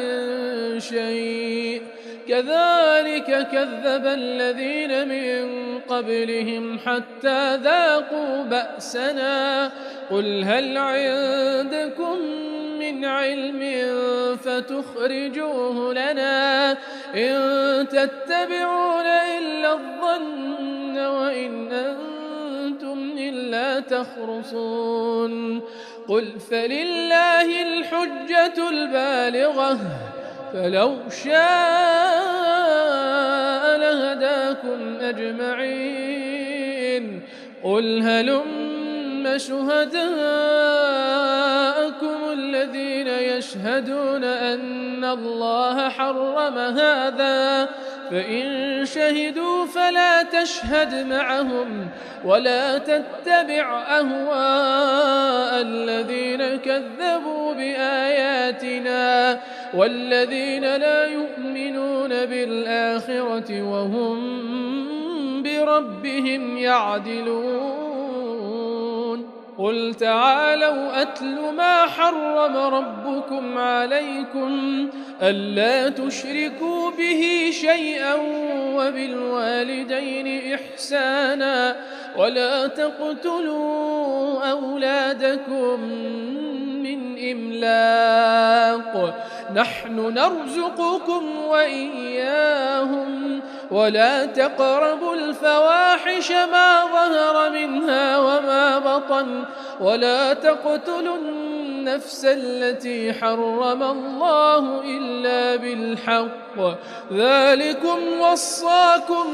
به لعلكم تعقلون. ولا تقربوا مال اليتيم إلا بالتي هي أحسن حتى يبلغ أشده، وأوفوا الكيل والميزان بالقسط، لا نكلف نفسا إلا وسعها، وإذا قلتم فاعدلوا ولو كان ذا قربى، وبعهد الله أوفوا، ذلكم وصاكم به لعلكم تذكرون. وأن هذا صراطي مستقيما فاتبعوه ولا تتبعوا السبل فتفرق بكم عن سبيله، ذلكم وصاكم به لعلكم تتقون. ثم آتينا موسى الكتاب تماما على الذي أحسن وتفصيلا لكل شيء وهدى ورحمة لعلهم بلقاء ربهم يؤمنون. وهذا كتاب أنزلناه مبارك فاتبعوه واتقوا لعلكم ترحمون. أن تقولوا إنما أنزل الكتاب على طائفتين من قبلنا وإن كنا عن دراستهم لغافلين أو تقولوا لو أنا أنزل علينا الكتاب لكنا أهدى منهم فقد جاءكم بينة من ربكم وهدى ورحمة فمن أظلم ممن كذب بآيات الله وصدف عنها سنجزي الذين يصدفون عن آياتنا سوء العذاب بما كانوا يصدفون هل ينظرون إلا أن تأتيهم الملائكة أو يأتي ربك أو يأتي بعض آيات ربك يوم يأتي بعض آيات ربك لا ينفع نفسا إيمانها لم تكن آمنت من قبل أو كسبت في إيمانها خيرا قل انتظروا إنا منتظرون إن الذين فرقوا دينهم وكانوا شيعا لست منهم في شيء إنما أمرهم إلى الله ثم ينبئهم بما كانوا يفعلون من جاء بالحسنة فله 10 أمثالها ومن جاء بالسيئة فلا يجزى إلا مثلها وهم لا يظلمون قل إنني هداني ربي إلى صراط مستقيم دينا قيما ملة إبراهيم حنيفا وما كان من المشركين قل إن صلاتي ونسكي ومحياي ومماتي لله رب العالمين لا شريك له وبذلك أمرت وأنا أول المسلمين قل أغير الله أبغي ربا وهو رب كل شيء ولا تكسب كل نفس إلا عليها ولا تزر وازرة وزر أخرى ثم إلى ربكم مرجعكم فينبئكم بما كنتم فيه تختلفون وهو الذي جعلكم خلائف الأرض ورفع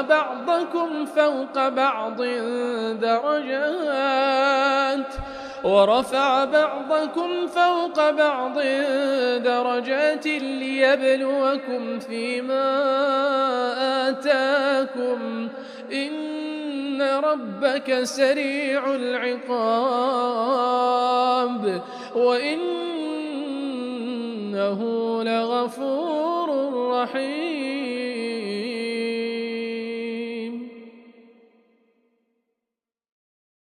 أعوذ بالله من الشيطان الرجيم بسم الله الرحمن الرحيم ألف لام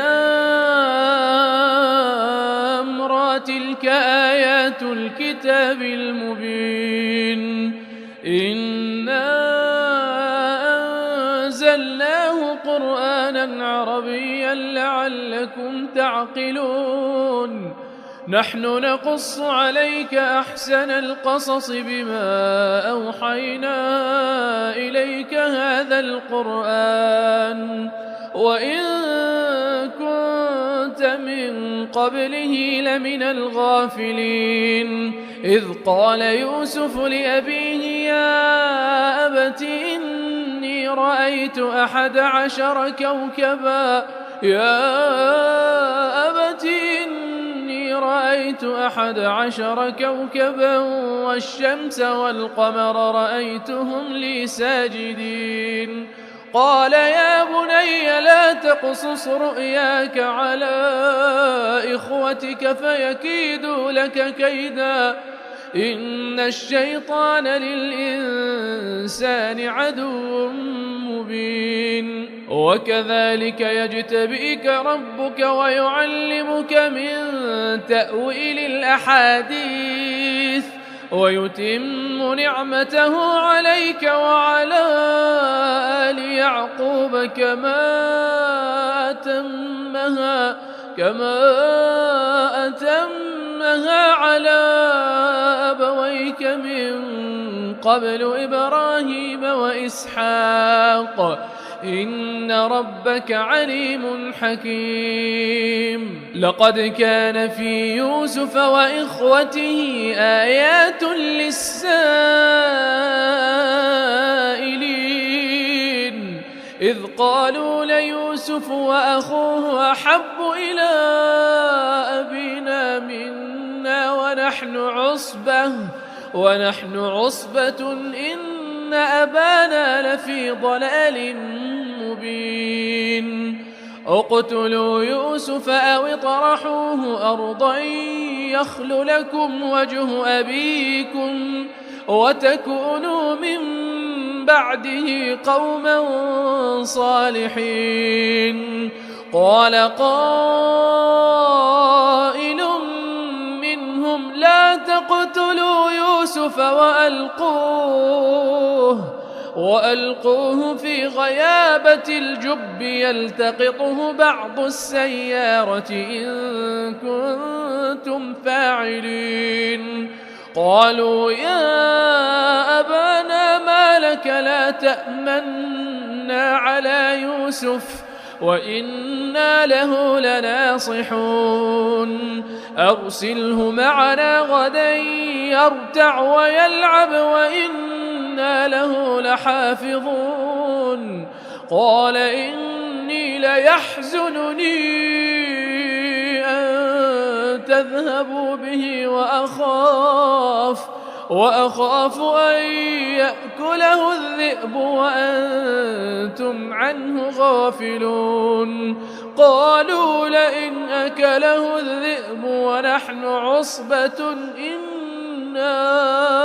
إذا لخاسرون فلما ذهبوا به وأجمعوا أن يجعلوه في غيابة الجب وأوحينا إليه لتنبئنهم بأمرهم هذا وهم لا يشعرون وجاءوا أباهم عشاء يبكون قالوا يا أبانا إنا ذهبنا نستبق وتركنا يوسف عند متاعنا فأكله الذئب وما أنت بمؤمن لنا ولو كنا صادقين وجاءوا على قميصه بدم كذب قال بل سولت لكم أنفسكم أمرا فصبر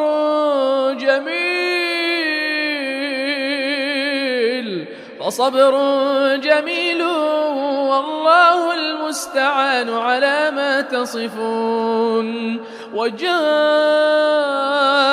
سيارة فأرسلوا واردهم فأدلى دلوه قال يا بشرى هذا غلام وأسروه بضاعة والله عليم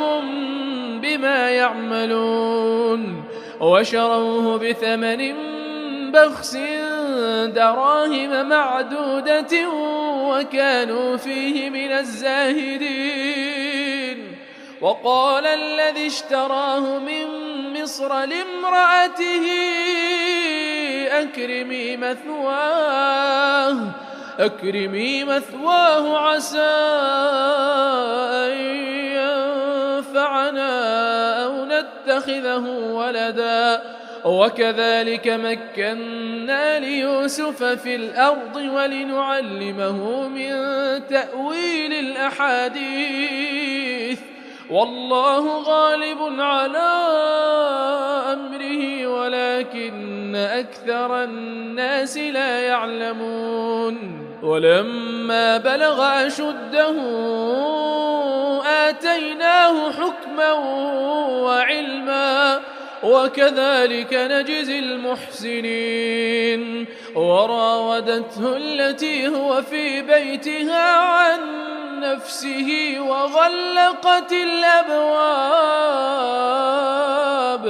وغلقت الأبواب وقالت هيت لك قال معاذ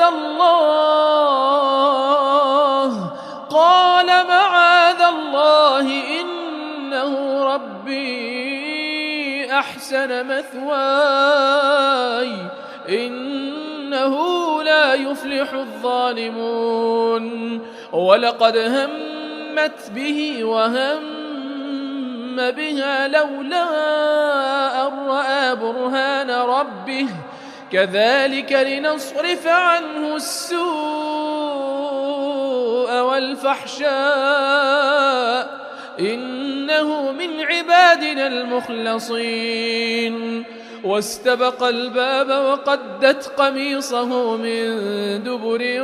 وألف يا سيدها لدى الباب قالت ما جزاء من أراد بأهلك سوءا إلا أن يسجن أو عذاب أليم قال هي راودتني عن نفسي وشهد شاهد من أهلها إن كان قميصه قد من قبل فصدقت وهو من الكاذبين وإن كان قميصه قد من دبر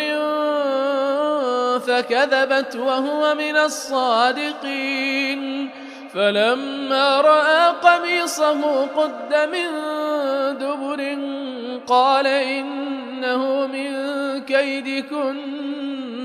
إن كيدكن عظيم يوسف أعرض عن هذا واستغفري لذنبك إنك كنت من الخاطئين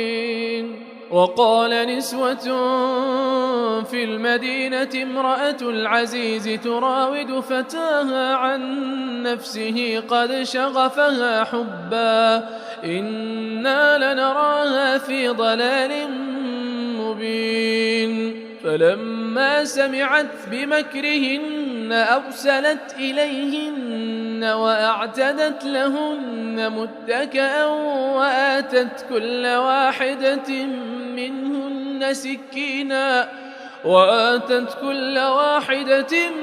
منهن سكينا وقالت اخرج عليهن فلما رأينه أكبرنه وقطعن أيديهن وقلن حاش لله ما هذا بشرا إن هذا إلا ملك كريم قالت فذلكن الذي لمتنني فيه ولقد راودته عن نفسه فاستعصم ولئن لم يفعل ما آمره ليسجنن وليكون من الصاغرين قال رب السجن أحب إلي مما يدعونني إليه وإلا تصرف عني كيدهن أصب إليهن وأكن من الجاهلين فاستجاب له ربه فصرف عنه كيدهن إنه هو السميع العليم ثم بدا لهم من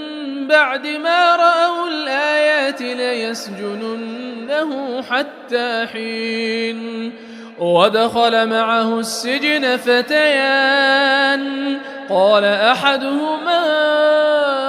إني أراني أعصر خمرا وقال الآخر إني أراني أحمل فوق رأسي خبزا تأكل الطير منه نبئنا بتأويله إنا نراك من المحسنين. قال لا يأتيكما طعام ترزقانه إلا نبأتكما بتأويله قبل أن يأتيكما ذلكما مما علمني ربي إني تركت ملة قوم لا يؤمنون بالله وهم بالآخرة هم كافرون واتبعت ملة آبائي إبراهيم وإسحاق ويعقوب ما كان لنا أن نشرك بالله من شيء ذلك من فضل الله علينا وعلى الناس ولكن أكثر الناس لا يشكرون. يا صاحبي السجن أأرباب متفرقون خير أم الله الواحد القهار ما تعبدون من دونه إلا أسماء سميتموها أنتم وآباؤكم ما أنزل الله بها من سلطان إن الحكم إلا لله أمر ألا تعبدوا إلا إياه ذلك الدين القيم ولكن أكثر الناس لا يعلمون. يا صاحبي السجن أما أحدكما فيسقي ربه خمرا وأما الآخر فيصلب فتأكل الطير من رأسه قضي الأمر الذي فيه تستفتيان. وقال للذي ظن أنه ناج منهما اذكرني عند ربك فأنساه الشيطان ذكر ربه فلبث في السجن 9 سنين. وقال الملك إني أرى 7 بقرات سمان يأكلهن 7 عجاف وسبع سنبلات خضر وأخر يابسات يا أيها الملأ أفتوني في رؤياي إن كنتم للرؤيا تعبرون. قالوا أضغاث أحلام وما نحن بتأويل الأحلام بعالمين. وقال الذي نجا منهما وادكر بعد أمة أنا أنبئكم بتأويله فأرسلون. يوسف أيها الصديق أفتنا في 7 بقرات سمان يأكلهن 7 عجاف و7 سنبلات خضر وأخر يابسات لعلي أرجع إلى الناس لعلهم يعلمون. قال تزرعون 7 سنين دأبا فما حصدتم فذروه في سنبله إلا قليلا مما تأكلون ثم يأتي من بعد ذلك 7 شداد يأكلن ما قدمتم لهن إلا قليلا مما تحصنون ثم يأتي من بعد ذلك عام فيه يغاث الناس وفيه يعصرون وقال الملك ائتوني به فلما جاءه الرسول قال ارجع إلى ربك فاسأله ما بال النسوة اللاتي قطعن أيديهن إن ربي بكيدهن عليم قال ما خطبكن إذ راوتن يوسف عن نفسه قلنا حاش لله ما علمنا عليه من سوء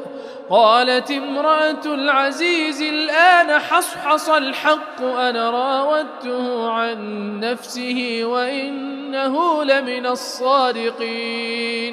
ذلك ليعلم أني لم أخنه بالغيب وأن الله لا يهدي كيد الخائنين وما أبرئ نفسي إن النفس لأمارة بالسوء إلا ما رحم ربي إن ربي غفور رحيم وقال الملك ائتوني به أستخلصه لنفسي فلما كلمه قال إنك اليوم لدينا مكين أمين قال اجعلني على خزائن الأرض إني حفيظ عليم وكذلك مكنا ليوسف في الأرض يتبوأ منها حيث يشاء نصيب برحمتنا من نشاء ولا نضيع أجر المحسنين ولأجر الآخرة خير للذين آمنوا وكانوا يتقون وجاء إخوة يوسف فدخلوا عليه فعرفهم وهم له منكرون ولما جهزهم بجهازهم قال ائتوني بأخ لكم من أبيكم ألا ترون أني أوفي الكيل وأنا خير المنزلين فإن لم تأتوني به فلا كيل لكم عندي ولا تقربون قالوا سنراود عنه أباه وإنا لفاعلون وقال لفتيانه اجعلوا بضاعتهم في رحالهم لعلهم يعرفونها إذا انقلبوا إلى أهلهم لعلهم يرجعون فلما رجعوا إلى أبيهم قالوا يا أبانا منع منا الكيل فأرسل معنا أخانا نكتل وإنا له لحافظون قال هل آمنكم عليه إلا كما أمنتكم على أخيه من قبل فالله خير حافظا وهو أرحم الراحمين ولما فتحوا متاعهم وجدوا بضاعتهم ردت إليهم قالوا يا أبانا ما نبغي هذه بضاعتنا ردت إلينا ونمير أهلنا ونحفظ أخانا ونزداد كيل بعير ذلك كيل يسير قال لن أرسله معكم حتى تؤتون موثقا من الله لتأتونني به إلا أن يحاط بكم فلما آتوه موثقهم قال الله على ما نقول وكيل وقال يا بني لا تدخلوا من باب واحد وادخلوا من أبواب متفرقة وما أغني عنكم من الله من شيء إن الحكم إلا لله عليه توكلت وعليه فليتوكل المتوكلون ولما دخلوا من حيث أمرهم أبوهم ما كان يغني عنهم من الله من شيء إلا حاجة في نفس يعقوب قضاها وإنه لذو علم لما علمناه ولكن أكثر الناس لا يعلمون ولما دخلوا على يوسف آوى إليه أخاه قال إني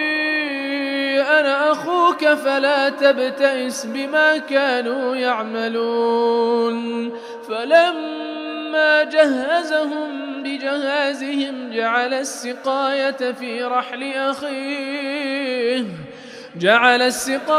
في رحل أخيه ثم أذن مؤذن أيتها العير إنكم لسارقون قالوا وأقبلوا عليهم ماذا تفقدون قالوا نفقد صواع الملك ولمن جاء به حمل بعير وأنا به زعيم قالوا تالله لقد علمتم ما جئنا لنفسد في الأرض وما كنا سارقين قالوا فما جزاؤه إن كنتم كاذبين قالوا جزاؤه من وجد في رحله فهو جزاؤه كذلك نجزي الظالمين فبدأ بأوعيتهم قبل وعاء أخيه ثم استخرجها من وعاء أخيه كذلك كدنا ليوسف ما كان ليأخذ أخاه في دين الملك إلا أن يشاء الله نرفع درجات من نشاء وفوق كل ذي علم عليم قالوا إن يسرق فقد سرق أخ له من قبل فأسرها يوسف في نفسه ولم يبدها لهم قال أنتم شر مكانا والله أعلم بما تصفون قالوا يا أيها العزيز إن له أبا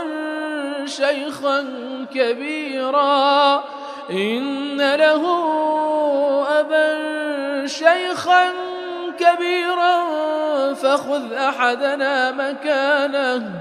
إنا نراك من المحسنين قال معاذ الله أن نأخذ إلا من وجدنا متاعنا عنده إنا إذا لظالمون فلما استيئسوا منه خلصوا نجيا قال كبيرهم ألم تعلموا أن أباكم قد أخذ عليكم موثقا من الله ومن قبل ما فرطتم في يوسف فلن أبرح الأرض حتى يأذن لي أبي أو يحكم الله لي وهو خير الحاكمين ارجعوا إلى أبيكم فقولوا يا أبانا إن ابنك سرق وما شهدنا إلا بما علمنا وما كنا للغيب حافظين واسأل القرية التي كنا فيها والعير التي أقبلنا فيها وإنا لصادقون قال بل سولت لكم أنفسكم أمرا فصبر جميل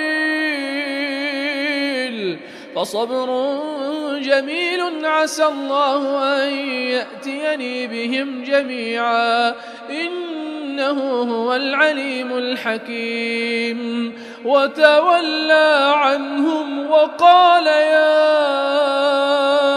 أسفا على يوسف وابيضت عيناه من الحزن فهو كظيم قالوا تالله تفتأ تذكر يوسف حتى تكون حرضا أو تكون من الهالكين قال إنما أشكو بثي وحزني إلى الله وأعلم من الله ما لا تعلمون يا بني يذهبوا فتحسسوا من يوسف وأخيه ولا تيأسوا من روح الله إنه لا ييأس من روح الله إلا القوم الكافرون فلما دخلوا عليه قالوا يا أيها العزيز مسنا وأهلنا الضر وجئنا ببضاعة مزجاة فأوفلنا الكيل وتصدق علينا إن الله يجزي المتصدقين قال هل علمتم ما فعلتم بيوسف وأخيه إذ أنتم جاهلون قالوا أئنك لأنت يوسف قال أنا يوسف وهذا أخي قد من الله علينا إنه من يتق ويصبر فإن الله لا يضيع أجر المحسنين قالوا تالله لقد آثرك الله علينا وإن كنا لخاطئين قال لا تثريب عليكم اليوم يغفر الله لكم وهو أرحم الراحمين اذهبوا بقميصي هذا فألقوه على وجه أبي يأت بصيرا وأتوني بأهلكم أجمعين ولما فصلت العير قال أبوهم إني لأجد ريح يوسف لولا أن تفندون قالوا تالله إنك لفي ضلالك القديم فلما جاء البشير ألقاه على وجهه فارتد بصيرا قال ألم أقل لكم إني أعلم من الله ما لا تعلمون قالوا يا أبانا استغفر لنا ذنوبنا إنا كنا خاطئين قال سوف أستغفر لكم ربي إنه هو الغفور الرحيم فلما دخلوا على يوسف آوى إليه أبويه وقال ادخلوا مصر إن شاء الله آمنين ورفع أبويه على العرش وخروا له سجدا وقال يا أبت هذا تأويل رؤياي من قبل قد جعلها ربي حقا وقد أحسن بي إذ أخرجني من السجن وجاء بكم من البدو من بعد أن نزغ الشيطان بيني وبين إخوتي إن ربي لطيف لما يشاء إنه هو العليم الحكيم رب قد آتيتني من الملك وعلمتني من تأويل الأحاديث فاطر السماوات والأرض أنت ولي في الدنيا والآخرة توفني مسلما وألحقني بالصالحين ذلك من أنباء الغيب نوحيه إليك وما كنت لديهم إذ أجمعوا أمرهم وهم يمكرون وما أكثر الناس ولو حرصت بمؤمنين وما تسألهم عليه من أجر إن هو إلا ذكر للعالمين وكأين من آية في السماوات والأرض يمرون عليها وهم عنها معرضون وما يؤمن أكثرهم بالله إلا وهم مشركون أفأمنوا أن تأتيهم غاشية من عذاب الله أو تأتيهم الساعة بغتة وهم لا يشعرون قل هذه سبيلي أدعو إلى الله على بصيرة أنا ومن اتبعني وسبحان الله وما أنا من المشركين وما أرسلنا من قبلك إلا رجالا نوحي إليهم من أهل القرى أفلم يسيروا في الأرض فينظروا كيف كان عاقبة الذين من قبلهم ولدار الآخرة خير للذين اتقوا أفلا تعقلون حتى إذا استيأس الرسل وظنوا أنهم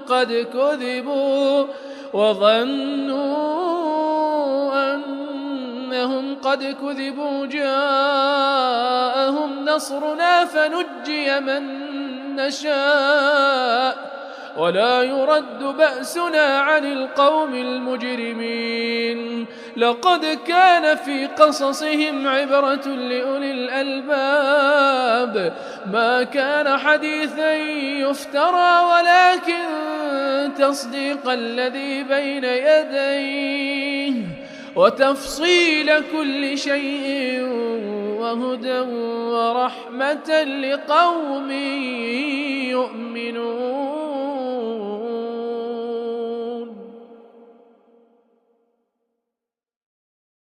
أعوذ بالله من الشيطان الرجيم بسم الله الرحمن الرحيم أتى أمر الله فلا تستعجلوه سبحانه وتعالى عما يشركون ينزل الملائكة بالروح من أمره على من يشاء من عباده أن أنذروا أنه لا إله إلا أنا فاتقون خلق السماوات والأرض بالحق تعالى عما يشركون خلق الإنسان من نطفة فإذا هو خصيم مبين والأنعام خلقها لكم فيها دفء ومنافع ومنها تأكلون ولكم فيها جمال حين تريحون وحين تسرحون وتحمل أثقالكم إلى بلد لم تكونوا بالغيه إلا بشق الأنفس إن ربكم لرؤوف رحيم والخيل والبغال والحمير لتركبوها وزينة ويخلق ما لا تعلمون وعلى الله قصد السبيل ومنها جائر ولو شاء لهداكم أجمعين هو الذي أنزل من السماء ماء لكم منه شراب ومنه شجر فيه تسيمون ينبت لكم به الزرع والزيتون والنخيل والأعناب ومن كل الثمرات إن في ذلك لآية لقوم يتفكرون وسخر لكم الليل والنهار والشمس والقمر والنجوم مسخرات بأمره إن في ذلك لآيات لقوم يعقلون وما ذرأ لكم في الأرض مختلفا ألوانه إن في ذلك لآية لقوم يذكرون وهو الذي سخر البحر لتأكلوا منه لحما طريا وتستخرجوا منه حلية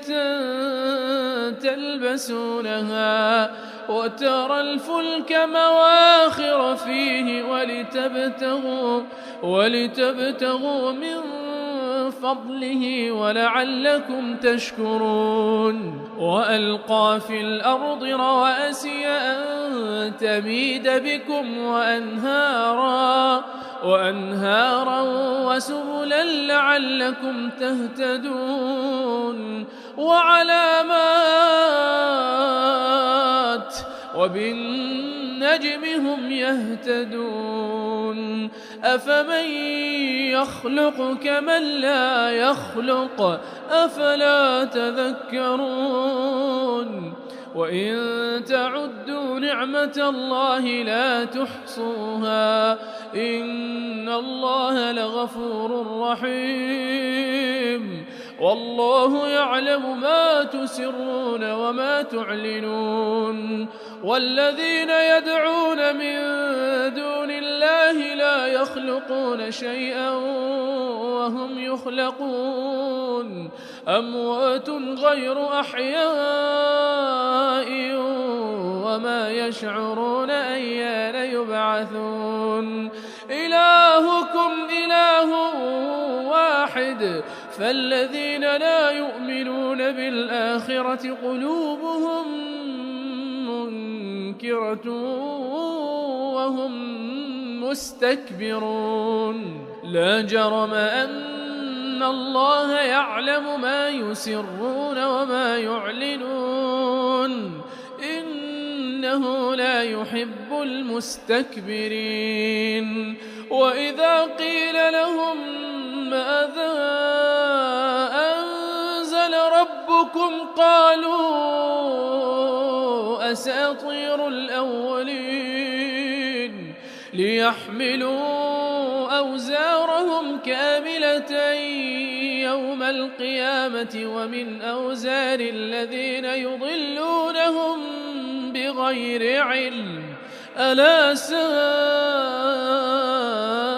ما يزرون قد مكر الذين من قبلهم فأتى الله بنيانهم من القواعد فخر عليهم السقف من فوقهم وأتاهم العذاب من حيث لا يشعرون ثم يوم القيامة يخزيهم ويقول أين شركائي الذين كنتم تشاقون فيهم قال الذين أوتوا العلم إن الخزي اليوم والسوء على الكافرين الذين تتوفاهم الملائكة ظالمي أنفسهم فألقوا السلم ما كنا نعمل من سوء بلى إن الله عليم بما كنتم تعملون فادخلوا أبواب جهنم خالدين فيها فلبئس مثوى المتكبرين وقيل للذين اتقوا ماذا أنزل ربكم قالوا خيرا للذين أحسنوا في هذه الدنيا حسنة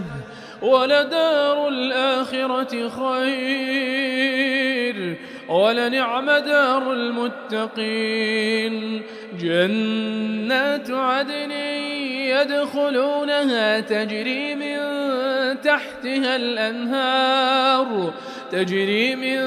تحتها الأنهار لهم فيها ما يشاءون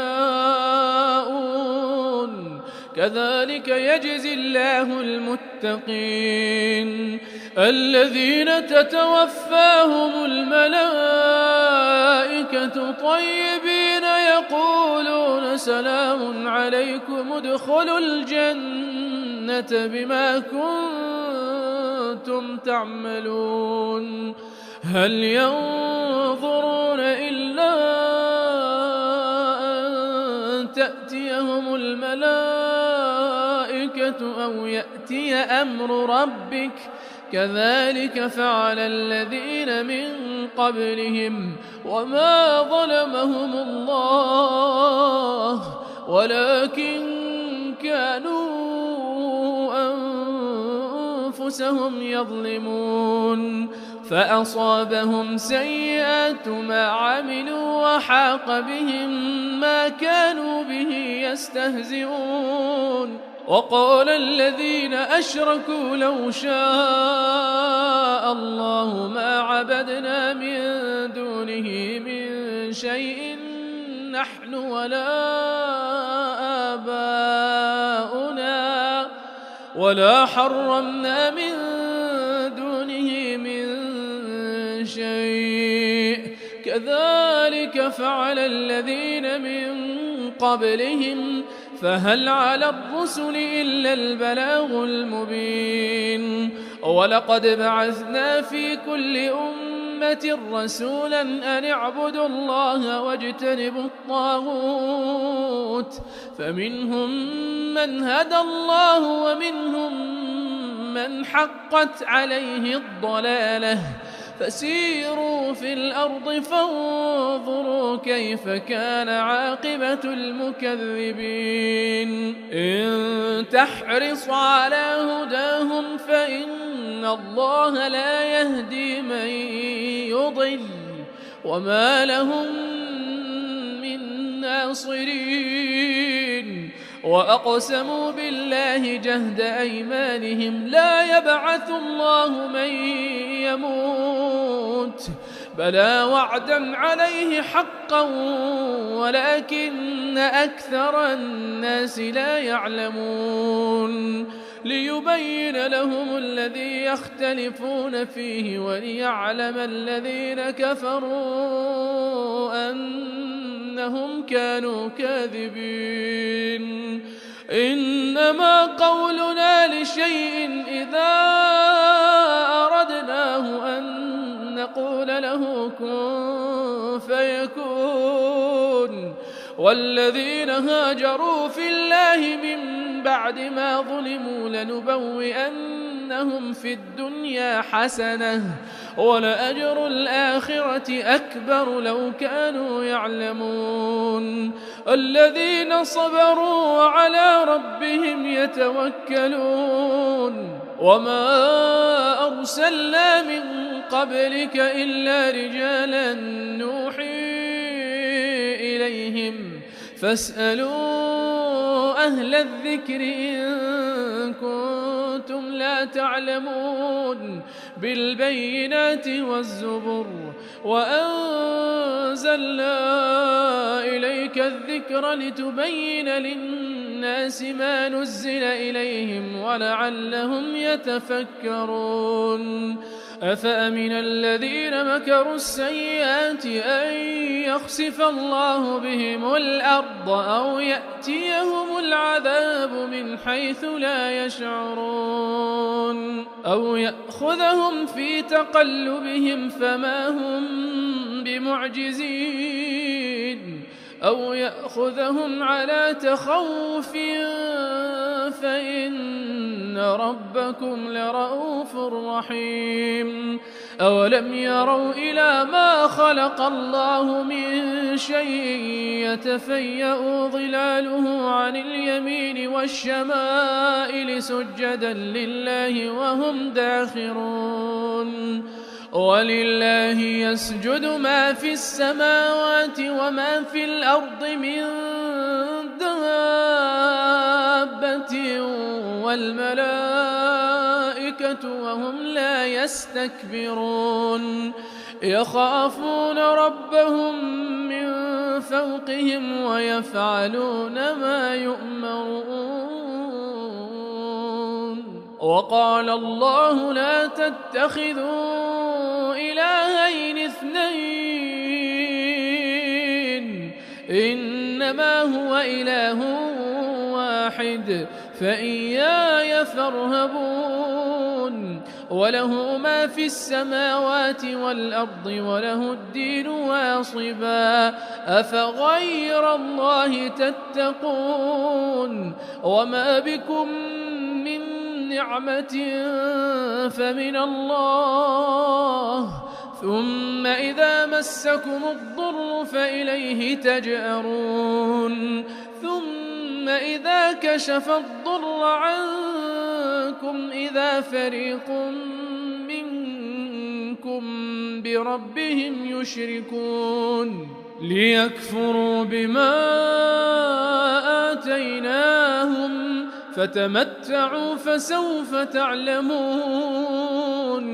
ويجعلون لما لا يعلمون نصيبا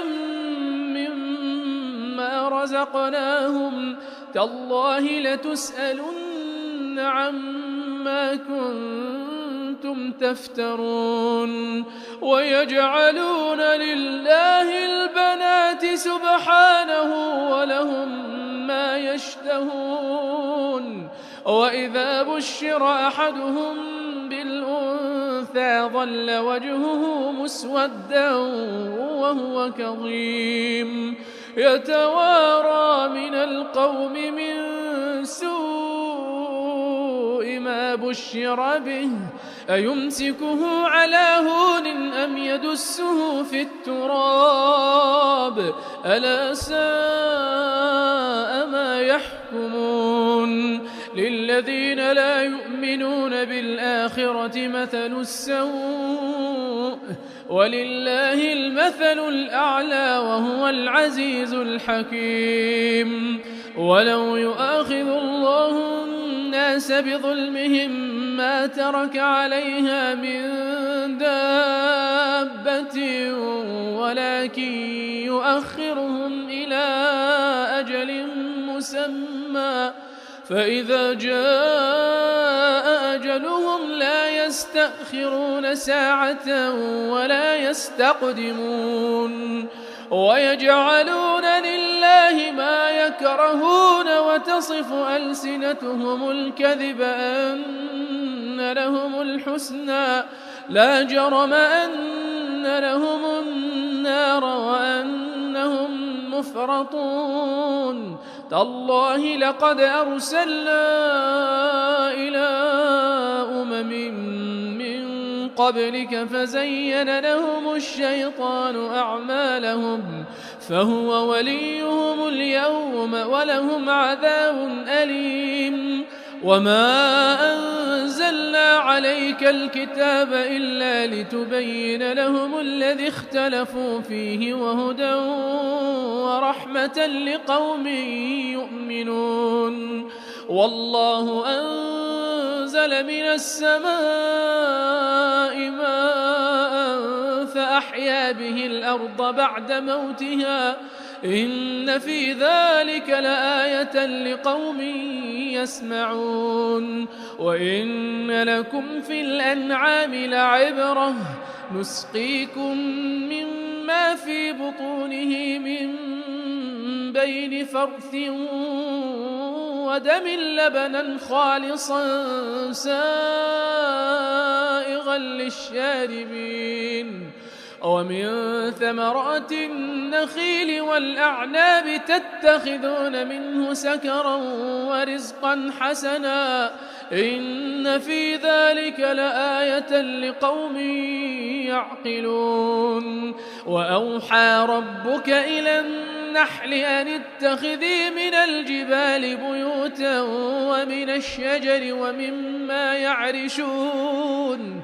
ثم كلي من كل الثمرات فاسلكي سبل ربك ذللا يخرج من بطونها شراب مختلف ألوانه فيه شفاء للناس إن في ذلك لآية لقوم يتفكرون والله خلقكم ثم يتوفاكم ومنكم من يرد إلى أرذل العمر لكي لا يعلم بعد علم شيئا إن الله عليم قدير والله فضل بعضكم على بعض في الرزق فما الذين فضلوا براد رزقهم على ما ملكت أيمانهم فهم فيه سواء أفبنعمة الله يجحدون والله جعل لكم من أنفسكم أزواجا وجعل لكم من أزواجكم بنين وحفدة ورزقكم من الطيبات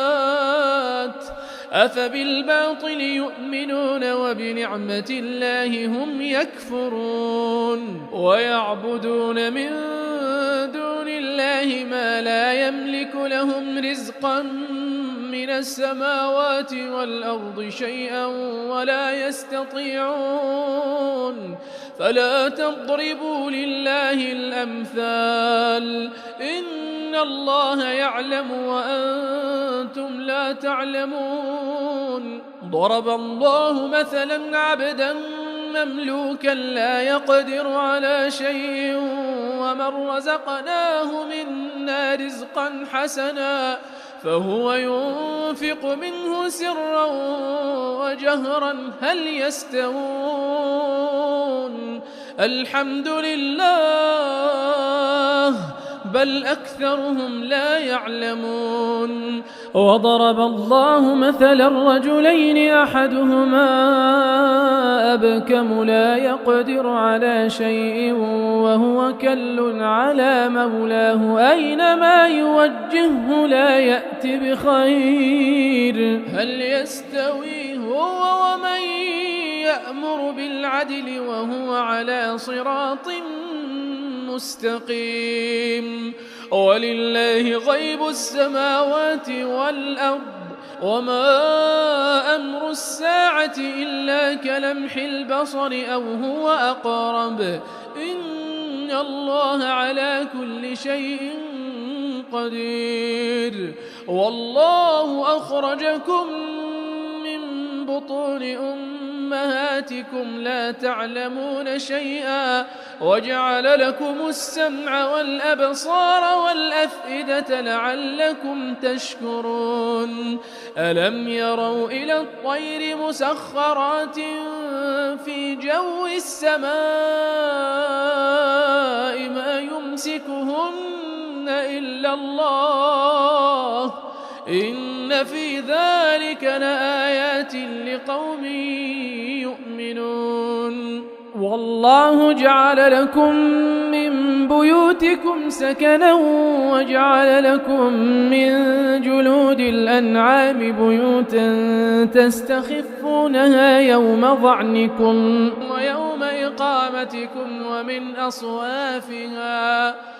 ويوم إقامتكم ومن أصوافها وأوبارها وأشعارها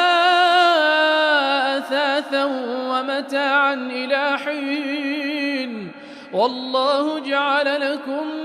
مما خلق ظلالا وجعل لكم من الجبال أكنانا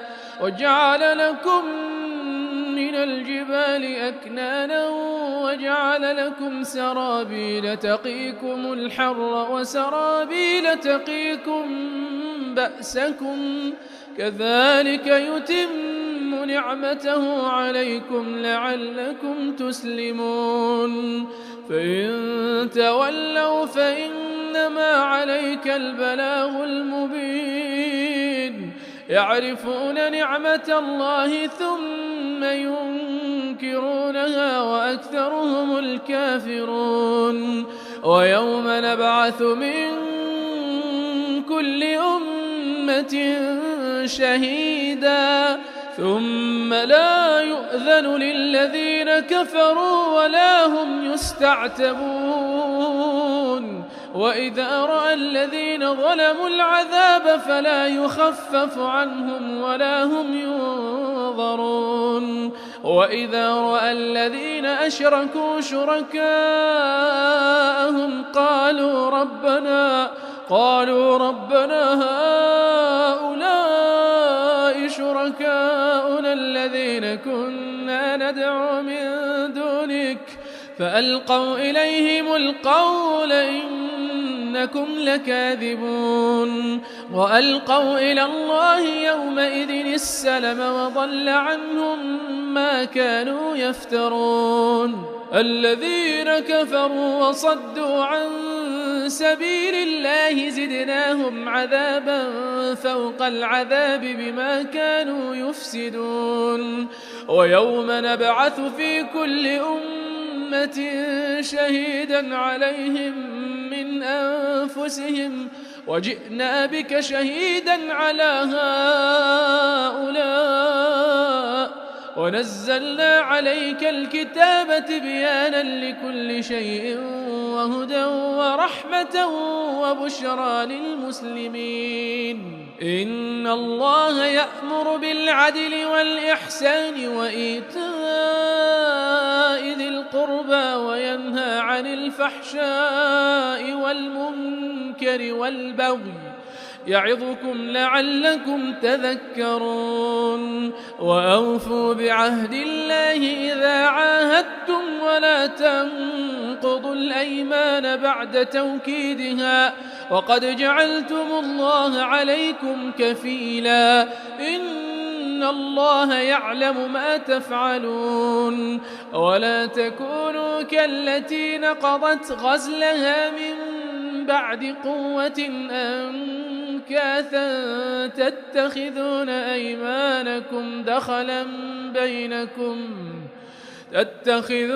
أيمانكم دخلا بينكم أن تكون أمة هي أربى من أمة إنما يبلوكم الله به وليبينن لكم يوم القيامة ما كنتم فيه تختلفون ولو شاء الله لجعلكم أمة واحدة ولكن يضل من يشاء ويهدي من يشاء ولتسألن عما كنتم تعملون. ولا تتخذوا أيمانكم دخلا بينكم فتزل قدم بعد ثبوتها وتذوقوا السوء بما صددتم عن سبيل الله ولكم عذاب عظيم. ولا تشتروا بعهد الله ثمنا قليلا إنما عند الله هو خير لكم إن كنتم تعلمون. ما عندكم ينفد وما عند الله باق ولنجزين الذين صبروا أجرهم بأحسن ما كانوا يعملون. من عمل صالحا من ذكر أو أنثى وهو مؤمن فلنحيينه حياة طيبة ولنجزينهم أجرهم بأحسن ما كانوا يعملون. فإذا قرأت القرآن فاستعذ بالله من الشيطان الرجيم. إنه ليس له سلطان على الذين آمنوا وعلى ربهم يتوكلون. إنما سلطانه على الذين يتولونه والذين هم به مشركون. وإذا بدلنا آية مكان آية والله أعلم بما ينزل قالوا إنما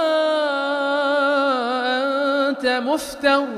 بل أكثرهم لا يعلمون. قل نزله روح القدس من ربك بالحق ليثبت الذين آمنوا وهدى وبشرى للمسلمين. ولقد نعلم أنهم يقولون إنما يعلمه بشر لسان الذي يلحدون إليه أعجمي وهذا لسان عربي مبين. إن الذين لا يؤمنون بآيات الله لا يهديهم الله ولهم عذاب أليم. إنما يفتري الكذب الذين لا يؤمنون بآيات الله وأولئك هم الكاذبون. من كفر بالله من بعد إيمانه إلا من أكره وقلبه مطمئن بالإيمان ولكن من شرح بالكفر صدرا فعليهم غضب من الله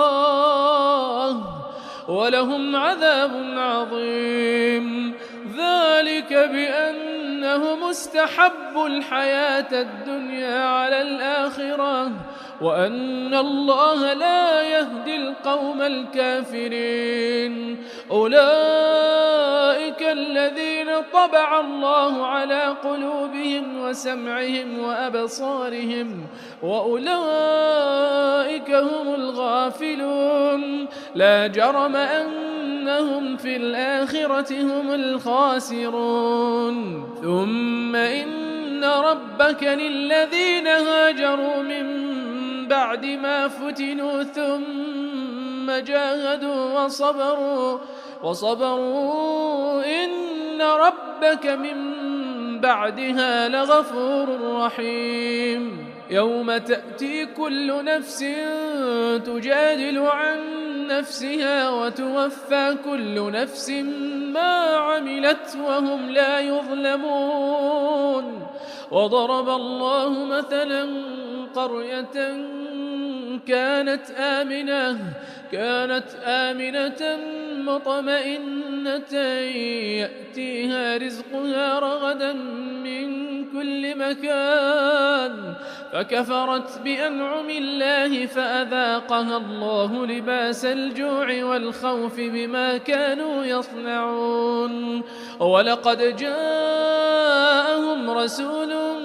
منهم فكذبوه فأخذهم العذاب وهم ظالمون. فكلوا مما رزقكم الله حلالا طيبا واشكروا نعمة الله إن كنتم إياه تعبدون. إنما حرم عليكم الميتة والدم ولحم الخنزير وما أهل لغير الله به فمن اضطر غير باغ ولا عاد فإن الله غفور رحيم. ولا تقولوا لما تصف ألسنتكم الكذب هذا حلال وهذا حرام لتفتروا على الله الكذب إن الذين يفترون على الله الكذب لا يفلحون. متاع قليل ولهم عذاب أليم. وعلى الذين هادوا حرمنا ما قصصنا عليك من قبل وما ظلمناهم ولكن كانوا أنفسهم يظلمون. ثم إن ربك للذين عملوا السوء بجهالة ثم تابوا من بعد ذلك وأصلحوا إن ربك من بعدها لغفور رحيم. إن إبراهيم كان أمة قانتا لله حنيفا ولم يك من المشركين شاكرا لأنعمه اجتباه وهداه إلى صراط مستقيم. وآتيناه في الدنيا حسنة وإنه في الآخرة لمن الصالحين. ثم أوحينا إليك أن اتبع ملة إبراهيم حنيفا وما كان من المشركين. إنما جعل السبت على الذين اختلفوا فيه وإن ربك ليحكم بينهم يوم القيامة فيما كانوا فيه يختلفون. ادع إلى سبيل ربك بالحكمة والموعظة الحسنة وجادلهم بالتي هي أحسن إن ربك هو أعلم بمن ضل عن سبيله وهو أعلم بالمهتدين. وإن عاقبتم فعاقبوا بمثل ما عوقبتم به ولئن صبرتم لهو خير للصابرين. واصبر وما صبرك إلا بالله ولا تحزن عليهم ولا تك في ضيق مما يمكرون. إن الله مع الذين اتقوا والذين هم محسنون.